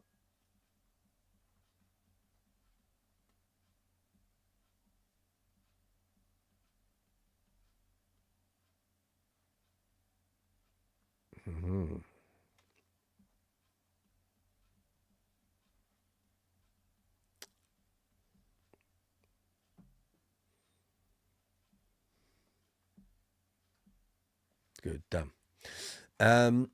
Martin, no new purchase for you. You've been behaving yourself very. Yeah. Well, there's no sign of Mr. Pink Bassman at the moment, so I'm guessing he's going to come in late. So, as he's not here, what's that? Oh, okay. As he's not here, I'm going to preempt his arrival, and I'll show you what happened yesterday. So, it was very bittersweet. I'd had time to build up to it. And as many of you know who follow the channel, and many of you will have had in conversations with the guy, our friend and bass playing brother Nick Smith passed away in January. Very tragic accident. I know what happened, but I'm not going to divulge it because it's not public information so far until the police announce the results of the investigation, which I think will be in July or August. But anyway, so I'd offered my help and services and knowledge to the family, to his sister, because for those who knew Nick, you'll know he had a huge collection, although it wasn't as huge, and I say thankfully in the nicest sense possible. His collection used to be well over 120 basses and guitars and amps and pedals, and literally could open a shop. And it used to be even more extensive than it is now. But anyway, at the time of passing, he still had a very significant bass collection. And I've tried to help as much as I can. And some other local friends and what have you have got involved because they know stuff that I don't. And they know Nick's links to certain instruments better than I do. But I've tried to help with sort of pricing and what things are valued at and what have you. So anyway, I was asked a while ago, is there anything you would like to buy? And I said, yeah, but I said, I need a list. I need to see what there is. I said, unless you want me to come up and look through what there is. But, you know, you got a million and one things all going on. There were a couple of instruments I knew that were in that collection. Obviously, what would be of interest to me would be the John Entwistle Alembic, but I know what that bass is valued at, and there I can't get anywhere near it. And I certainly wouldn't want to buy it. They have to maximize that. Nick saw that bass as like his pension fund, and quite rightly so.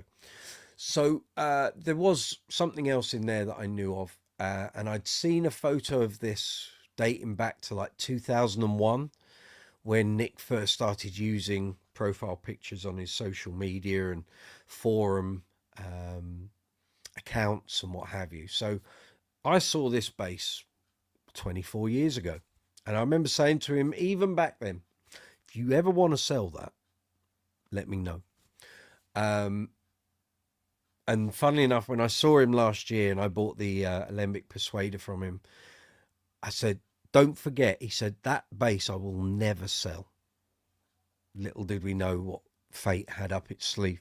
So anyway, yesterday, after a couple of weeks, well, quite a few weeks, probably about 6 to 8 weeks of building up to this, I met his mum and his sister yesterday, and I'd met his sister at the funeral and what have you. But anyway, yesterday was the day that I bought one of Nick's basses. So I'm going to get it out the case, and then you can all see it and tell me what you think, okay? It's going to be with me until such time as I might be close to croaking, or I have to begin to liquidate my collection, to whatever happens first. But it will feature here on the channel. I'm going to use it on as many videos as I can. It's going to be coming out gigging. It's not going to be sat here hanging on a wall hanger. It's going to be coming out doing gigs. It's going to earn its living. I think you'll like it. All right. So I'm going to get it out and you can have a look. I'm not going to plug it in tonight. It needs restringing. And I want to get it in the workshop. Give it a little bit of I mean, it's in astounding condition. But I feel like the fingerboard might need a little bit of lubrication because I don't know when Nick last cleaned this up and did any fettling, but the strings are dead. I mean, absolutely, it's like a tramp's vest. They're just dead. There's nothing in them. Let me get it.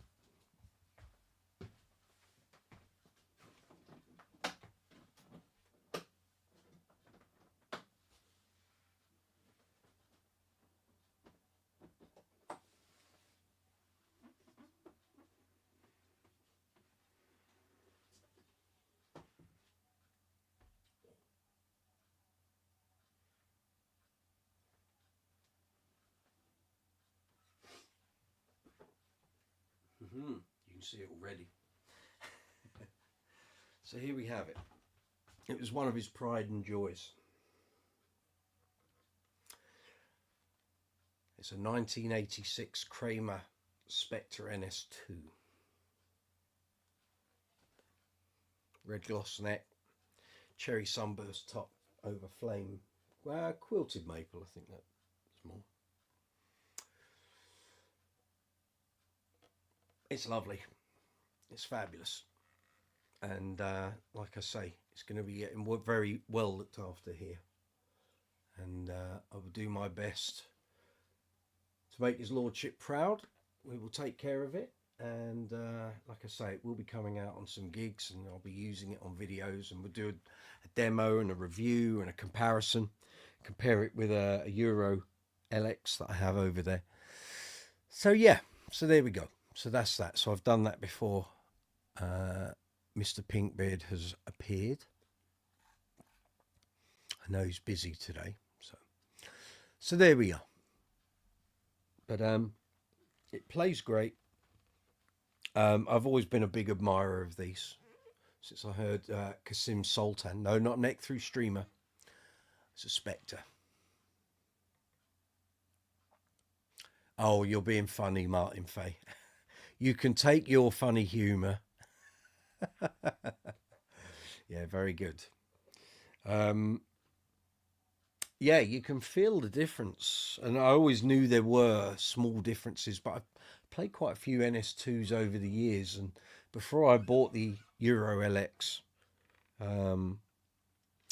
so that would have been 2008, when they were starting to reduce the prices and pushing them through at Reverb, there were, well, certainly the one in Birmingham had loads of NS2s, NS4s, and then a whole bunch of different Euros. You could compare and contrast. And some NS2s feel really different to each other. And then you can pick up some Euro LXs that just feel exactly the same as an American NS2. So again, same thing I've always said, you've got to take every instrument on its merits. That's the way it kind of works. So anyway, there we go. The strings are absolutely dead. I don't know how long he'd had them on.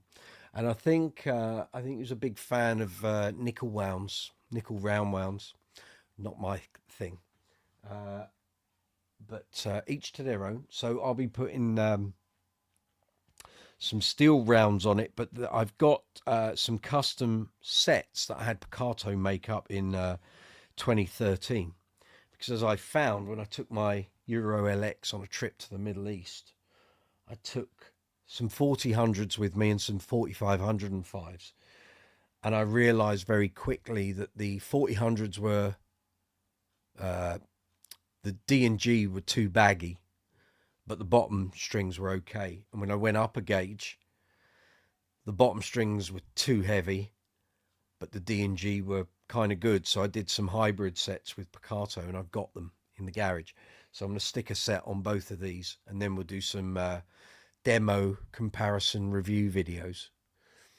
And yeah, should be some good videos to come out of that.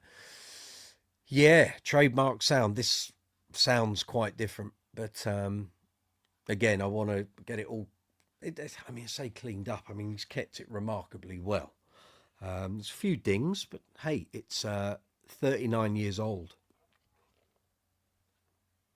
Doesn't look too bad, does it? Got a few dings on the sides, a little dent on the front, but we can live with it. And it was just out of his collection. This was the thing that you know, pushes the buttons, shall we say. I mean, yes, of course, I would have loved the Entwistle Alembic, but I know what that thing's valued for, and they need to get as much out of that as they possibly can, value-wise.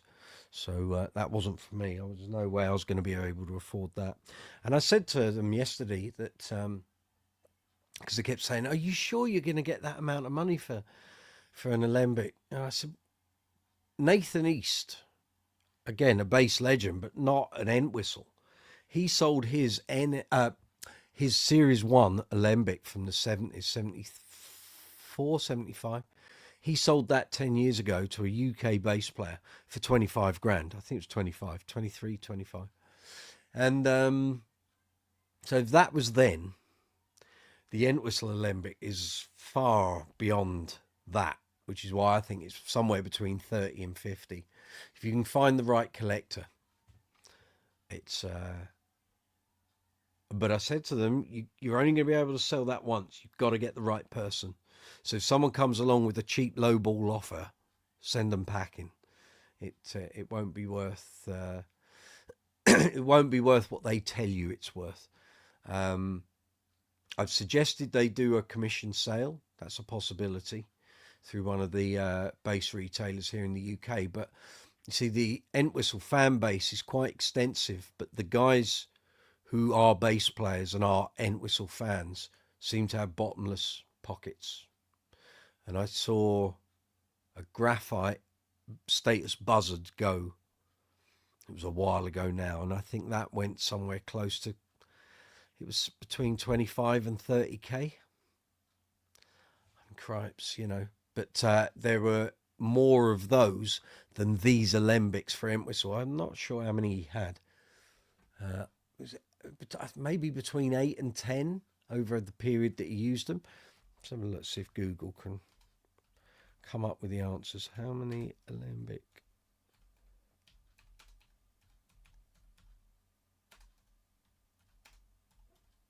Let's have a look.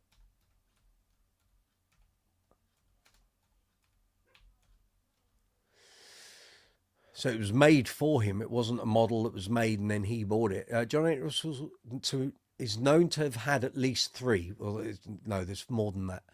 While he owned more than one, number he specifically had is not definitively stated. Alembic will know, but the equip board entry for him mentioned Alembic took 2 years to make 3 basses for him. Yeah.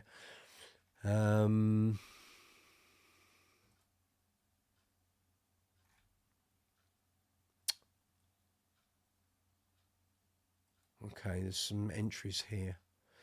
Alembic.com. Well, there you go. The Alembic Nick has is on the edge of a picture there.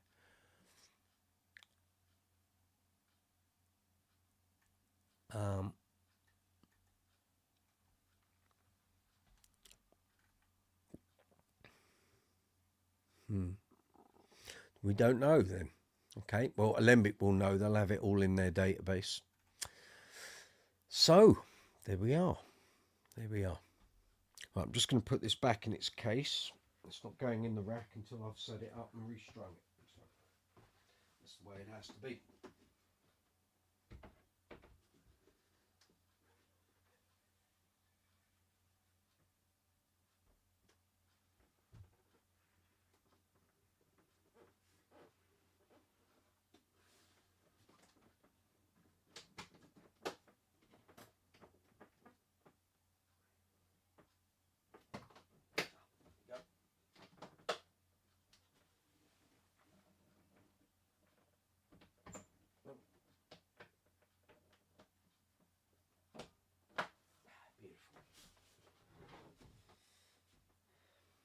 Keep your eyes peeled on the channel. There'll be a bunch of videos with that in it over the next couple of months. So it is coming up to 5 to 10 here in the UK. Good to see you. Welcome. Live chat 110 here on Brooks's Bass Corner. Coming to you live from London town here in the UK. Oh, someone's died. Oh, Roy Thomas Baker has died. 78. The guy that did Night at the Opera with Queen. Worked with Foreigner, Journey, The Cars. That's a shame. Well now.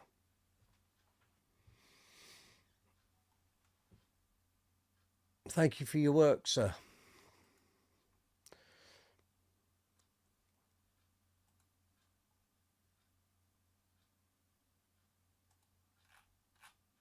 That's a shame.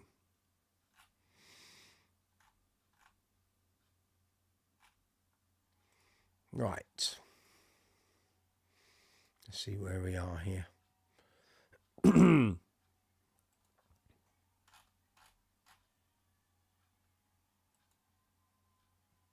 you to all new subscribers who've joined, both today and over the past week. You're very welcome. Thank you for getting on the Brooks's Bass Corner bus. I hope you enjoy the journey. Hope you find some content here on the channel that you enjoy and find useful.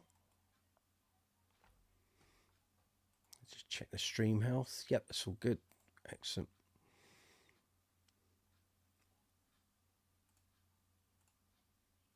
There we are.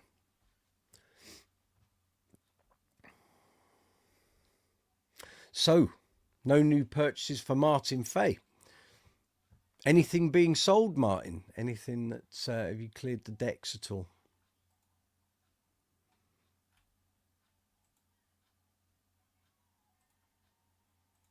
I did have that, did I? Yes, I did. So if you happen to look at the video I did with John Beadle on those links, just at 21:33, let me know what you think. Like the bass tone? Don't like the bass tone? Like I say, it was fairly simple. It was just that bass. Not a lot of boost, bit of bass boost maybe, little bit of mid. Rolled off most of the treble, I think. And I just left it slap bang in the middle of the pickup. So it was that bass into the Aguilar tone hammer pedal, the preamp pedal, and then that went straight into my audio interface. No other effects, no processing. Whatever John did, if he put any compression or stuff on there, that was up to him, but he asked for a flat, completely native file with nothing extra on top. So that's what he got.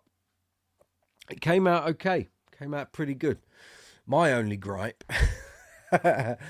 is that none of the bass footage syncs with what I'm playing. So he's taken clips and just plonked them in. Whereas what he should have done was taken my 2 video clips that I filmed for him, put them into the timeline of the videos, B-roll, and then he could have just cut between the clips and it would have all tallied up. But instead you got me playing a bass part and it doesn't sync up with what I'm playing. But there we go. Patrick, you're trying out a multi-scale 5-string Spectre next weekend. Well, enjoy. Enjoy. That will be a lively beast. Very much so. You'll enjoy that. Martin Fay, good question. My wife frequently asks me the same thing. But no, my last big change was trading your Warwick Peanut for a Dingwall NG3. Very happy with my kit now, so no changes planned. Excellent. How are you getting on with the Dingwall?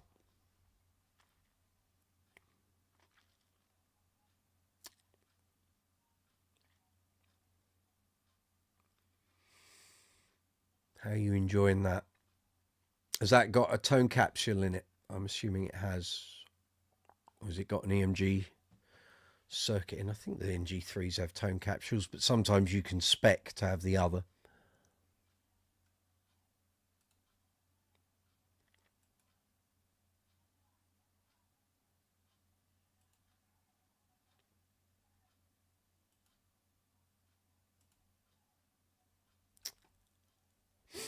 My NG2 is sat right there. That could be coming out in a few gigs this summer. Martin, you love it. Very good. I've had a 4-string NG3 for years, but the new one is a 5-string with tone capsule. Cool.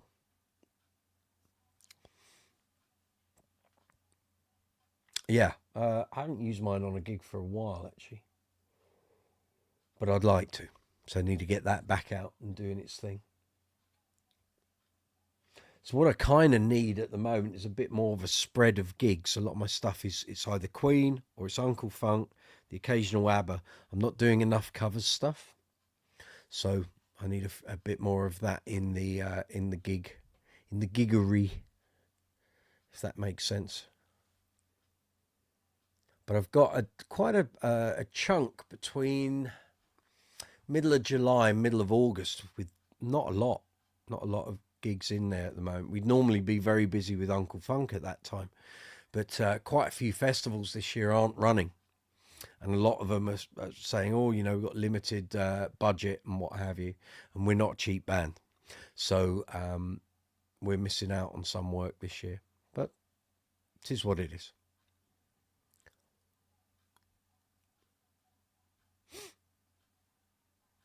It could well be very different next year. Having said that, the way the world's finances are going at the moment, who knows where we'll be in a year?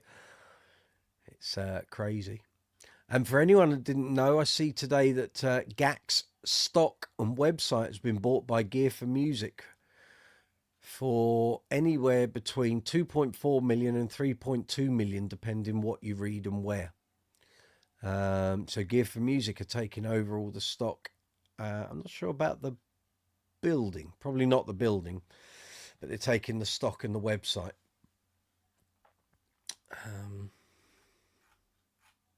It's a shame. It's a shame. You don't want music shops closing down, but there we are.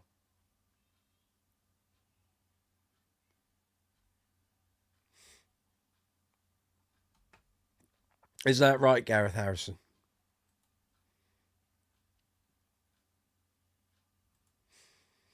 Oh my goodness, Manchester City have scored at the death to beat Villa 2-1. Jeepers. Left that one late.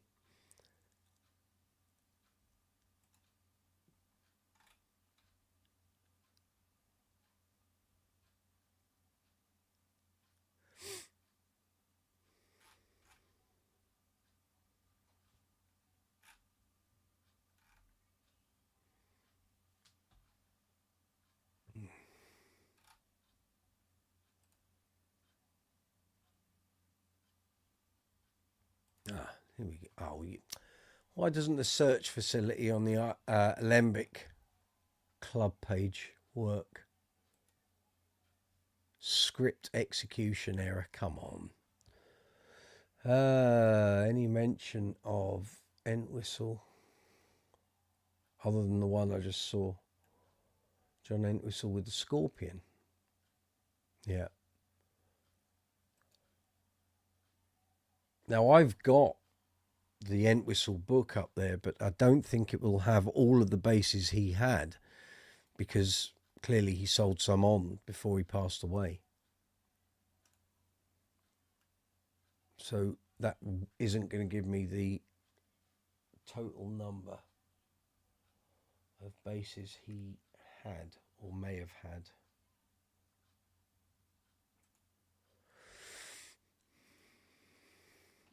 I'm going to get in touch with Micah, I think, and we need to nail some of this down. Nick's family need providence and confirmation that the bass they have was indeed made for Entwistle. So, is the new Spectre active or passive? The one from Nick? Active.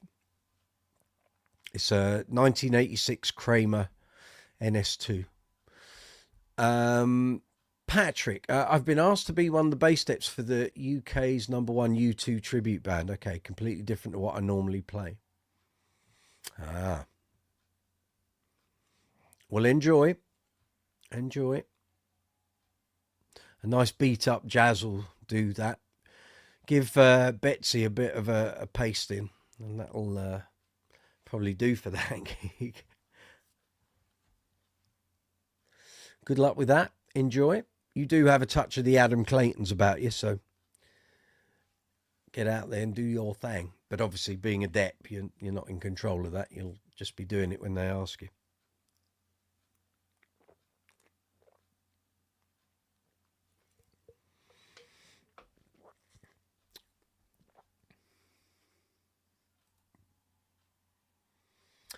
Aston Villa, you should have held on for that.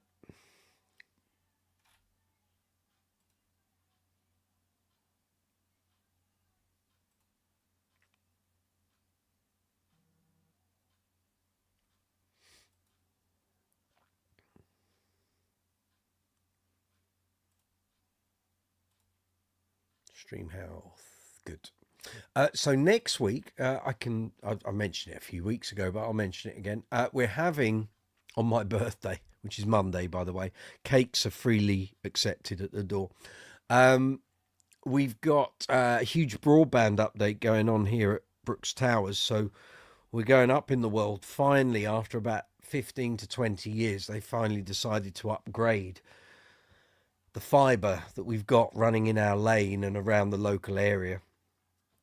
So we're going for the full bells and whistles. We're going for the full package of super duper wordy whiz bang high speed broadband. So hopefully the visuals, the sound, everything about the live chats, my uploading on YouTube is going to be quicker.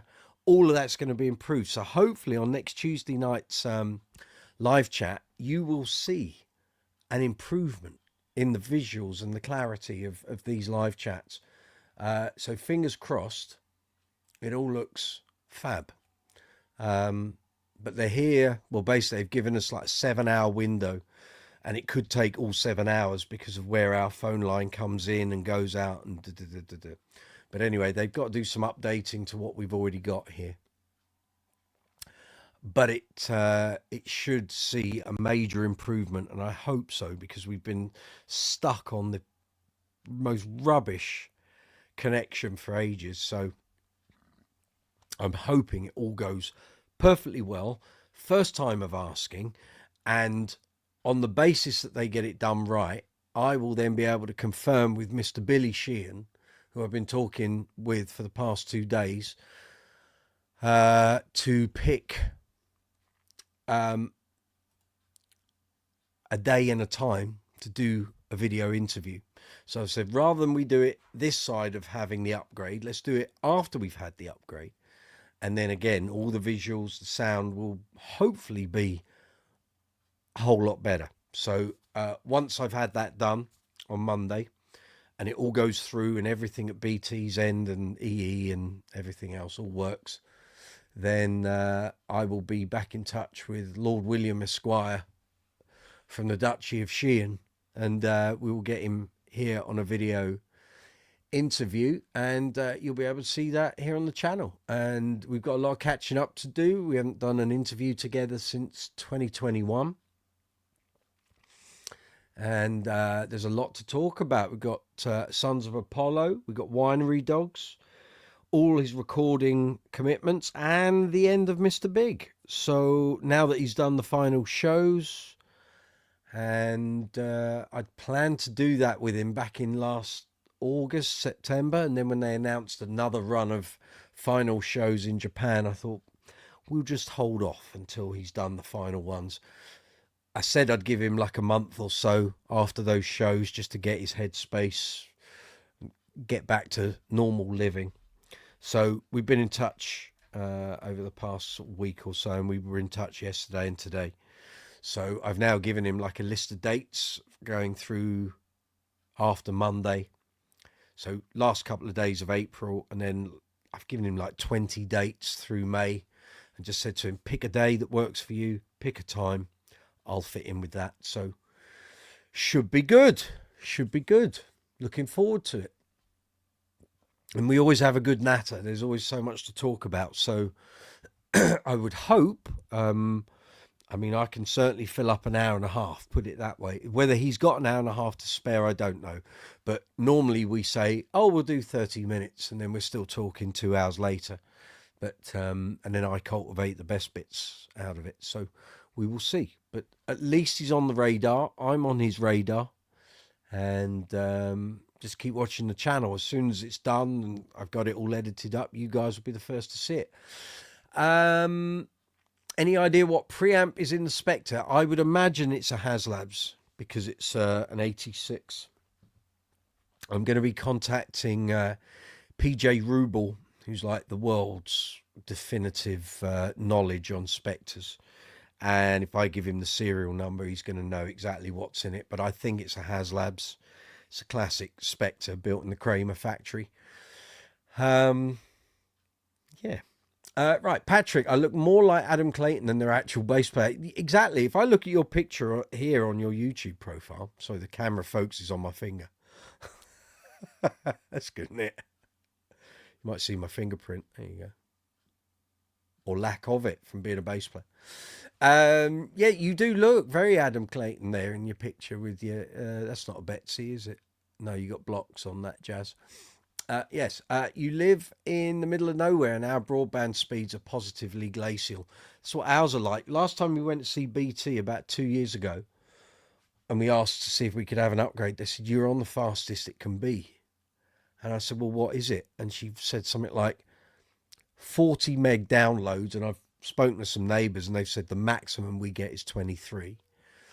And the upload is something like about 12 to 20, maybe at a push, which is no wonder then when I try to upload stuff here onto YouTube, when I do videos, that just takes forever to go through. It gets there clearly because the videos are there, but now we're going to have, actually I can tell you, I've got the post-it here when we were speaking to them. So we're going for the maximum because it's actually still less money than we're actually currently paying on our current tariff.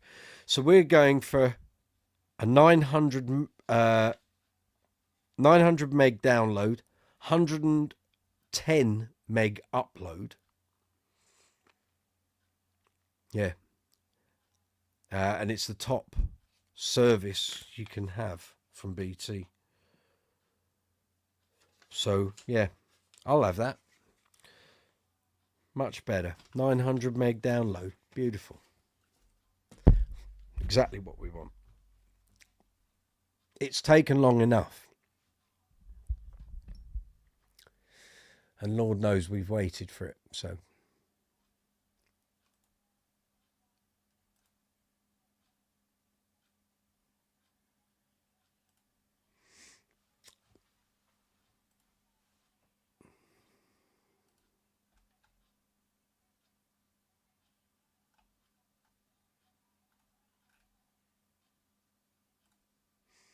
if you've got any questions about basses, bass amps, bass effects, bass playing in general, let me know. Put your questions and comments in the live chat window. Press return and it will appear here, and then I can respond to it. And if I don't know the answer, one of these fine chaps and chapesses will contribute, which is all good. Alternatively, you can come in live here by video if you wish. Send me an email. The email's running along the ticker at the bottom of the screen. So email me at brooksyspacecorner@gmail.com. I'll then send you an invite. You click on the invite and you come through live. If you don't want to be on screen by video, you can always turn the visual side of it off at your end on your camera and just come through by audio. That's perfectly acceptable. We've done that in the past.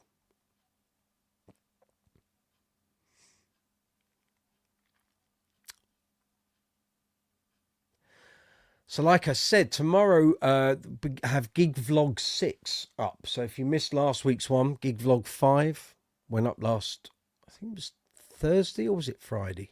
Thursday, I'm sure. It might have been Friday. And that was doing the request show at Greek Street Live, where we do the requests. And if you watch that video, I put a link for it earlier on in the live chat window. You can see kind of what goes on, and I've had to obviously edit it down. I mean, we played for over 2 hours, but you'll get an idea of sort of the completely disparate nature of what people request. So it's all over the shop, and thankfully I'm kind of au fait with a lot of stuff. Not quite so au fait with all the current modern stuff like Taylor Swift and what have you, because she just releases a song every day, it seems to me. And when we get all of those requests, although thankfully a lot of her songs only have 4 chords in, it's just which 4 chords and what the arrangement is. So the band leader's very good at communicating that before we sort of get cracking on that song. But I have a pretty good ear for stuff, and you know, Lord knows I've got 30 years of doing this professionally, that I've played so many songs that at least, at worst, even if I don't know what the chords or the notes of the bass line are, I'll know what the arrangement of the song is. So I'll know how that bass line sort of fits in to the arrangement and structure. But it's good training on a gig like this when I haven't done a lot of covers work for a long while. when I say covers, well, I mean general covers, as opposed to doing a disco genre band or a Queen tribute or an ABBA tribute. So it's been good to refresh the brain, put it that way. And it's good fun, you know. First couple of times I did it, I thought, this is a bit stressful. I don't know I want to do this. But as we've gone along, now it flies by. We get to the end of the first set, and it's like, have we actually played many songs? I feel like we've only done like 3 songs, 4 songs. You suddenly realise you played like 10 songs. And before you know it, you've only just walked through the door, grabbed a drink at the bar, done the gig, and it's time to go. Time to go home. But it's a lot of fun. We have a good time doing it, and the crowds are always great. So thankfully no one's offered up Supper's Ready by Genesis, or Return of the Giant Hogweed, or Harold the Barrel, or Tales from Topographic Oceans. And I'm waiting for that, because someone will get told royally where to go if that appears on a request card. But no, generally it's stuff you know. It's just stuff people want to hear. And like I say, generally we work it out and we can do it. A couple of times there've been some sort of out there kind of tunes, and it's been, no, we ain't doing that, because you know it's going to clear the place. So there's no point doing that. But it's all good fun. It's all good fun. And I've got a few of those coming up, actually. Well, there's a couple already on the gig vlog listing. So there's another 2 I can see on there. Different songs as well. And my next one with it is next Friday. Next Friday, that's right. And then I don't have another one unless we get a last minute request to come and play, because another band has dropped out.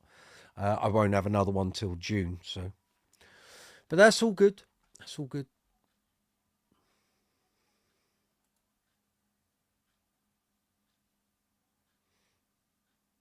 It's all okay.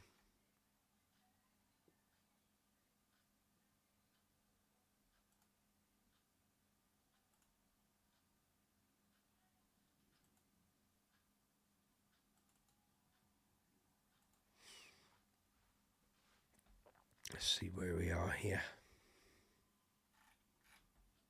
Okay, all good. So we got any community messages? No, that's all good too. All grand.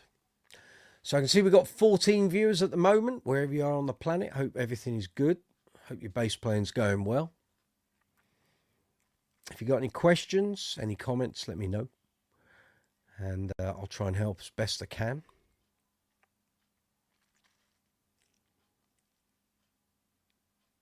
So as I said, Queen gig on Friday in Bishop Stortford. It will be the Precisions coming out, of course. You can't use anything else, really. Although I do see some Queen tributes, and the bass players have got all sorts of basses. And it's like, why don't you just use what the guy used?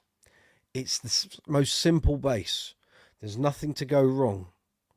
It's passive. No active electronics. Just use what he used. Yet you see guys with all sorts of active things, and it's all wrong. You want a precision tone, that's it. The only, in my mind, the only other option, Stingray, of course, because Mr. Deacon used it, but not that often live. And the other option is to use a PJ bass and just turn the jazz pickup off. So it has been known, and I remember mentioning it before. So I have a Lakeland Skyline 4464 here in ice blue metallic, which is a PJ. I have used this on a Queen gig. When I first bought it, the first day I got it, turned the bridge pickup off, just went with the P pickup. Beautiful. Worked a treat. And didn't look so dissimilar from the Precision Special that Mr. Deacon used back in the early 80s. Occasionally, not often. So it worked fine. Patrick, I meant to say that's a Sandberg, California in the picture. It's hard to tell the the different headstock styling based on that picture. So it looks like the bass is just tipped up a little, so that standard Sandberg shape on their headstocks isn't instantly familiar there. But very nice. But you look very Adam Clayton-like, and I see the winter plumage is on as well, so that's all good. I'm a fine one to speak before you say it.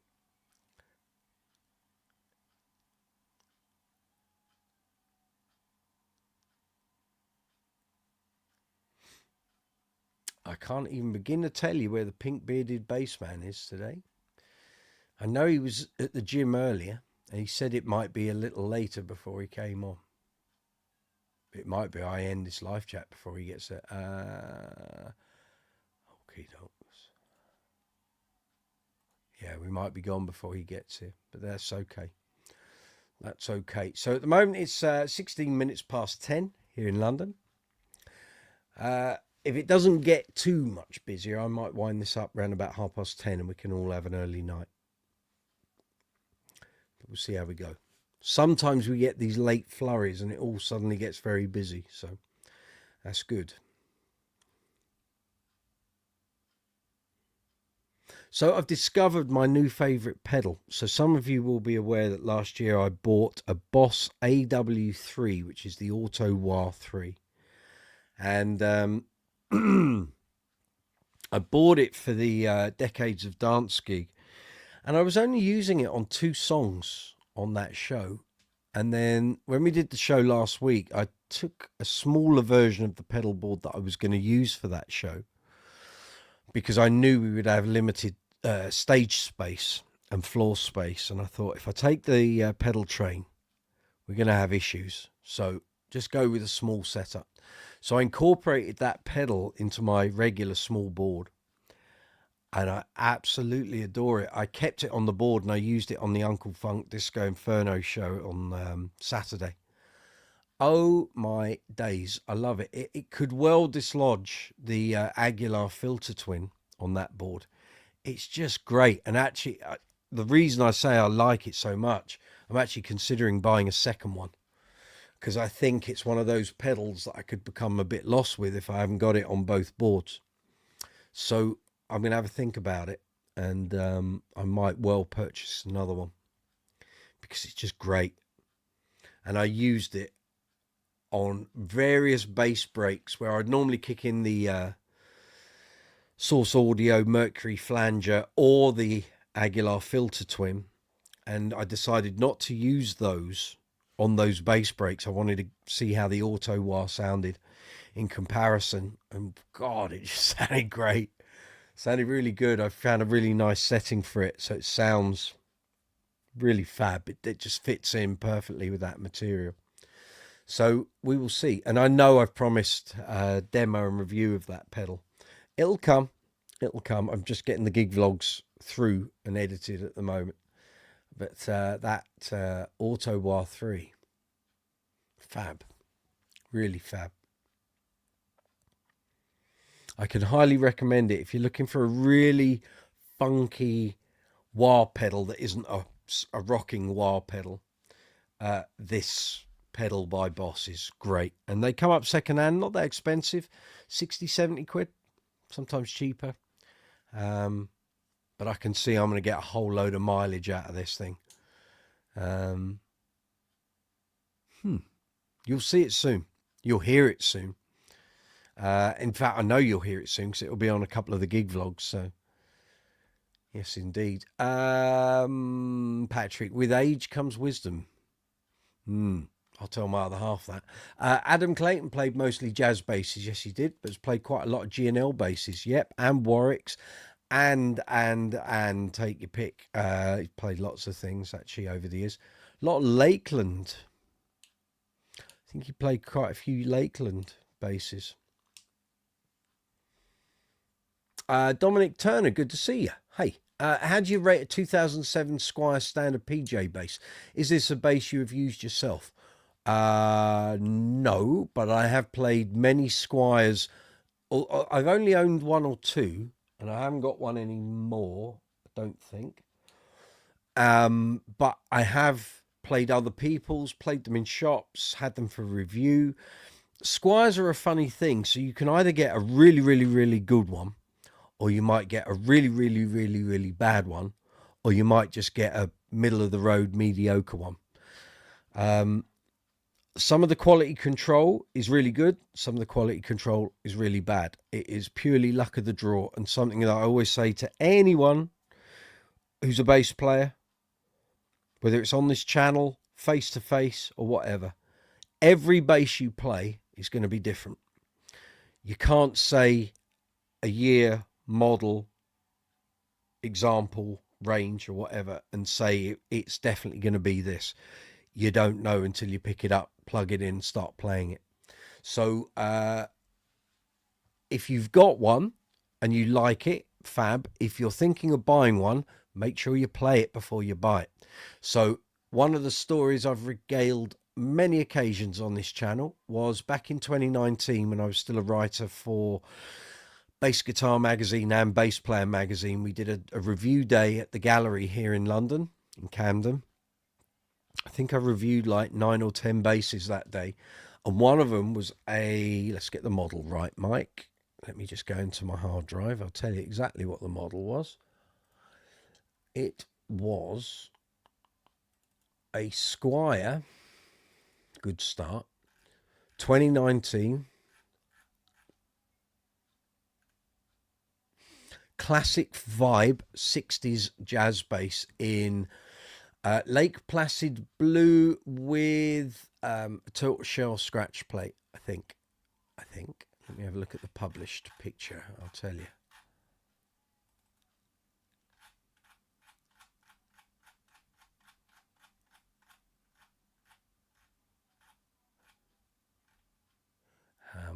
That one. Actually, I've got the colour wrong. Ha! That's a good start. Bear me a minute. Okay, the colour was Daphne blue gloss, tortoiseshell. Yeah, tortoiseshell plate, dark tortoiseshell red.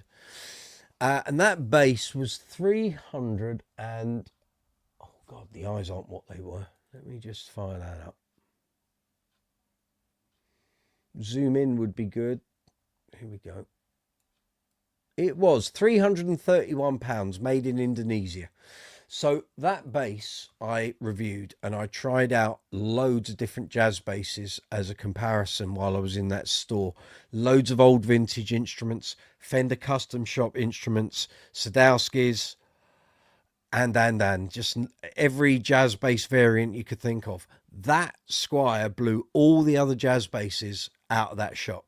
And that's just my opinion. The owner of the shop might say, I don't know my ass from my elbow, and what would I know? I played them all, and to my ear and my hands and my body, that Squier jazz was the best jazz bass they had in that store. And I said so in the review. Now, you could have had another 10 examples of exactly that same model, same time period, and I bet you picked them all up. They wouldn't all play the same. They wouldn't all sound the same. They wouldn't all feel the same. So, as I'm saying with Squier, if you've got your heart or your mind set on a particular bass that they make, go and try as many versions of that particular bass range as you can. So if you've got a bass retailer near you and they've got 3 or 4 of them there or in stock, go and play all of them. Because I will tell you now, they won't all play the same. They won't all feel the same. They won't be set up the same. So that's one of the things with Squier is because it's at the cheaper end of the sort of bass buying market. You don't get the level of consistency that you would get with, for example, G&L, Lakeland, Ernie Ball Music Man. You don't. It's just the way it is. But if you get a good one, pound for pound, it can be a fabulous bass. So use your ears, use your fingers, play as many examples as you can, and then you've armed yourself with, oh, that one felt good, that one didn't feel as good, but it maybe sounded better, that one didn't sound so good but felt better, and you suddenly get a feel for what the differences are. So that's my advice to you. I hope that helps. But shop around. You know, once upon a time, 23 years ago, I had 5 Status Series 2000 headless basses at home. 5. None of them played the same. They were all meant to be graphite, same pickup, same circuitry. They weren't. None of them played the same. None of them sounded the same. I kept the best one and I sold the rest.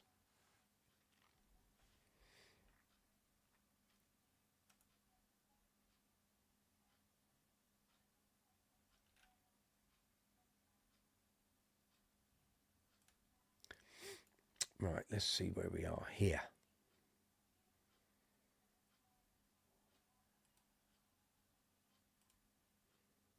Thank you to everyone watching the video at the moment, the live chat. As I said earlier, the most important thing you can do for me, the video, the channel, please give it a thumbs up. Please leave comments and please share out to social media, email, websites. All of that helps to promote the channel and this video. So any videos you watch here on Brooks's Bass Corner, if you can give them a thumbs up, leave a comment. It can be good, bad, indifferent, whatever you wish. And please send or share the video out to social media, particularly bass pages, bass groups, all those sort of things. That's very much appreciated. Okay, it's 26 minutes past 10. I think we're going to start winding up a bit. Feels a bit slow this evening, and I know we haven't got the purple bearded bassman, but it is the day after Bank Holiday Monday, so everyone's probably a little bit tired. Probably just got home from work. You've had a busy day catching up on everything. I get it. I understand. It's okay. So yeah, I'm going to kind of wind this up. So I'm going to let you guys have an early night. I'm going to have an early night-ish. We will do this again next Tuesday. Same time, same place, 8 o'clock UK time. If you're coming to the Queen Show in Bishop Stortford at South Mill Arts on Friday, I will see you there. It'll be me on bass. How about that? Gig vlog number 6 going up tomorrow. So keep an eye out around 4 or 5 o'clock. Hopefully it'll all be done by then. Last week I thought I was going to get my video up early, and then there was a load of fine tuning to do at the end. So I'm hoping I don't have that on Gig Vlog 6. Hopefully it'll all just do what it needs to do. If you're watching this video after the event, I know a lot of people watch the live chats afterwards, so I hope you're all well. Hope you're all doing great. Hope your bass playing is going great. Again, please leave comments, even though the live chat's finished. I will reply to your comments as soon as I get a notification from YouTube. And yeah. So on that note, I'm going to love you and leave you at 28 minutes past 10 London time. Take care of yourselves. I'll see you next week. Feel free to watch any of the content here on the channel over the next few days. If you need to get a hold of me, send messages via the community tab, or you can email me at brooksysbasscorner@gmail.com, of course, or contact me on the social media, and I'll come back to you as soon as I can. On that note, take it easy. Good night, Martin Fay. See you soon. Night, Patrick. Night, everyone else. I'll catch you soon. Have a great week. Enjoy your bass playing. If you've got gigs at the weekend, travel safely. Be careful out there because there are idiots on the road. Dominic Turner, good night. Take it easy. And I'll see you next Tuesday. Have a great week. See you soon.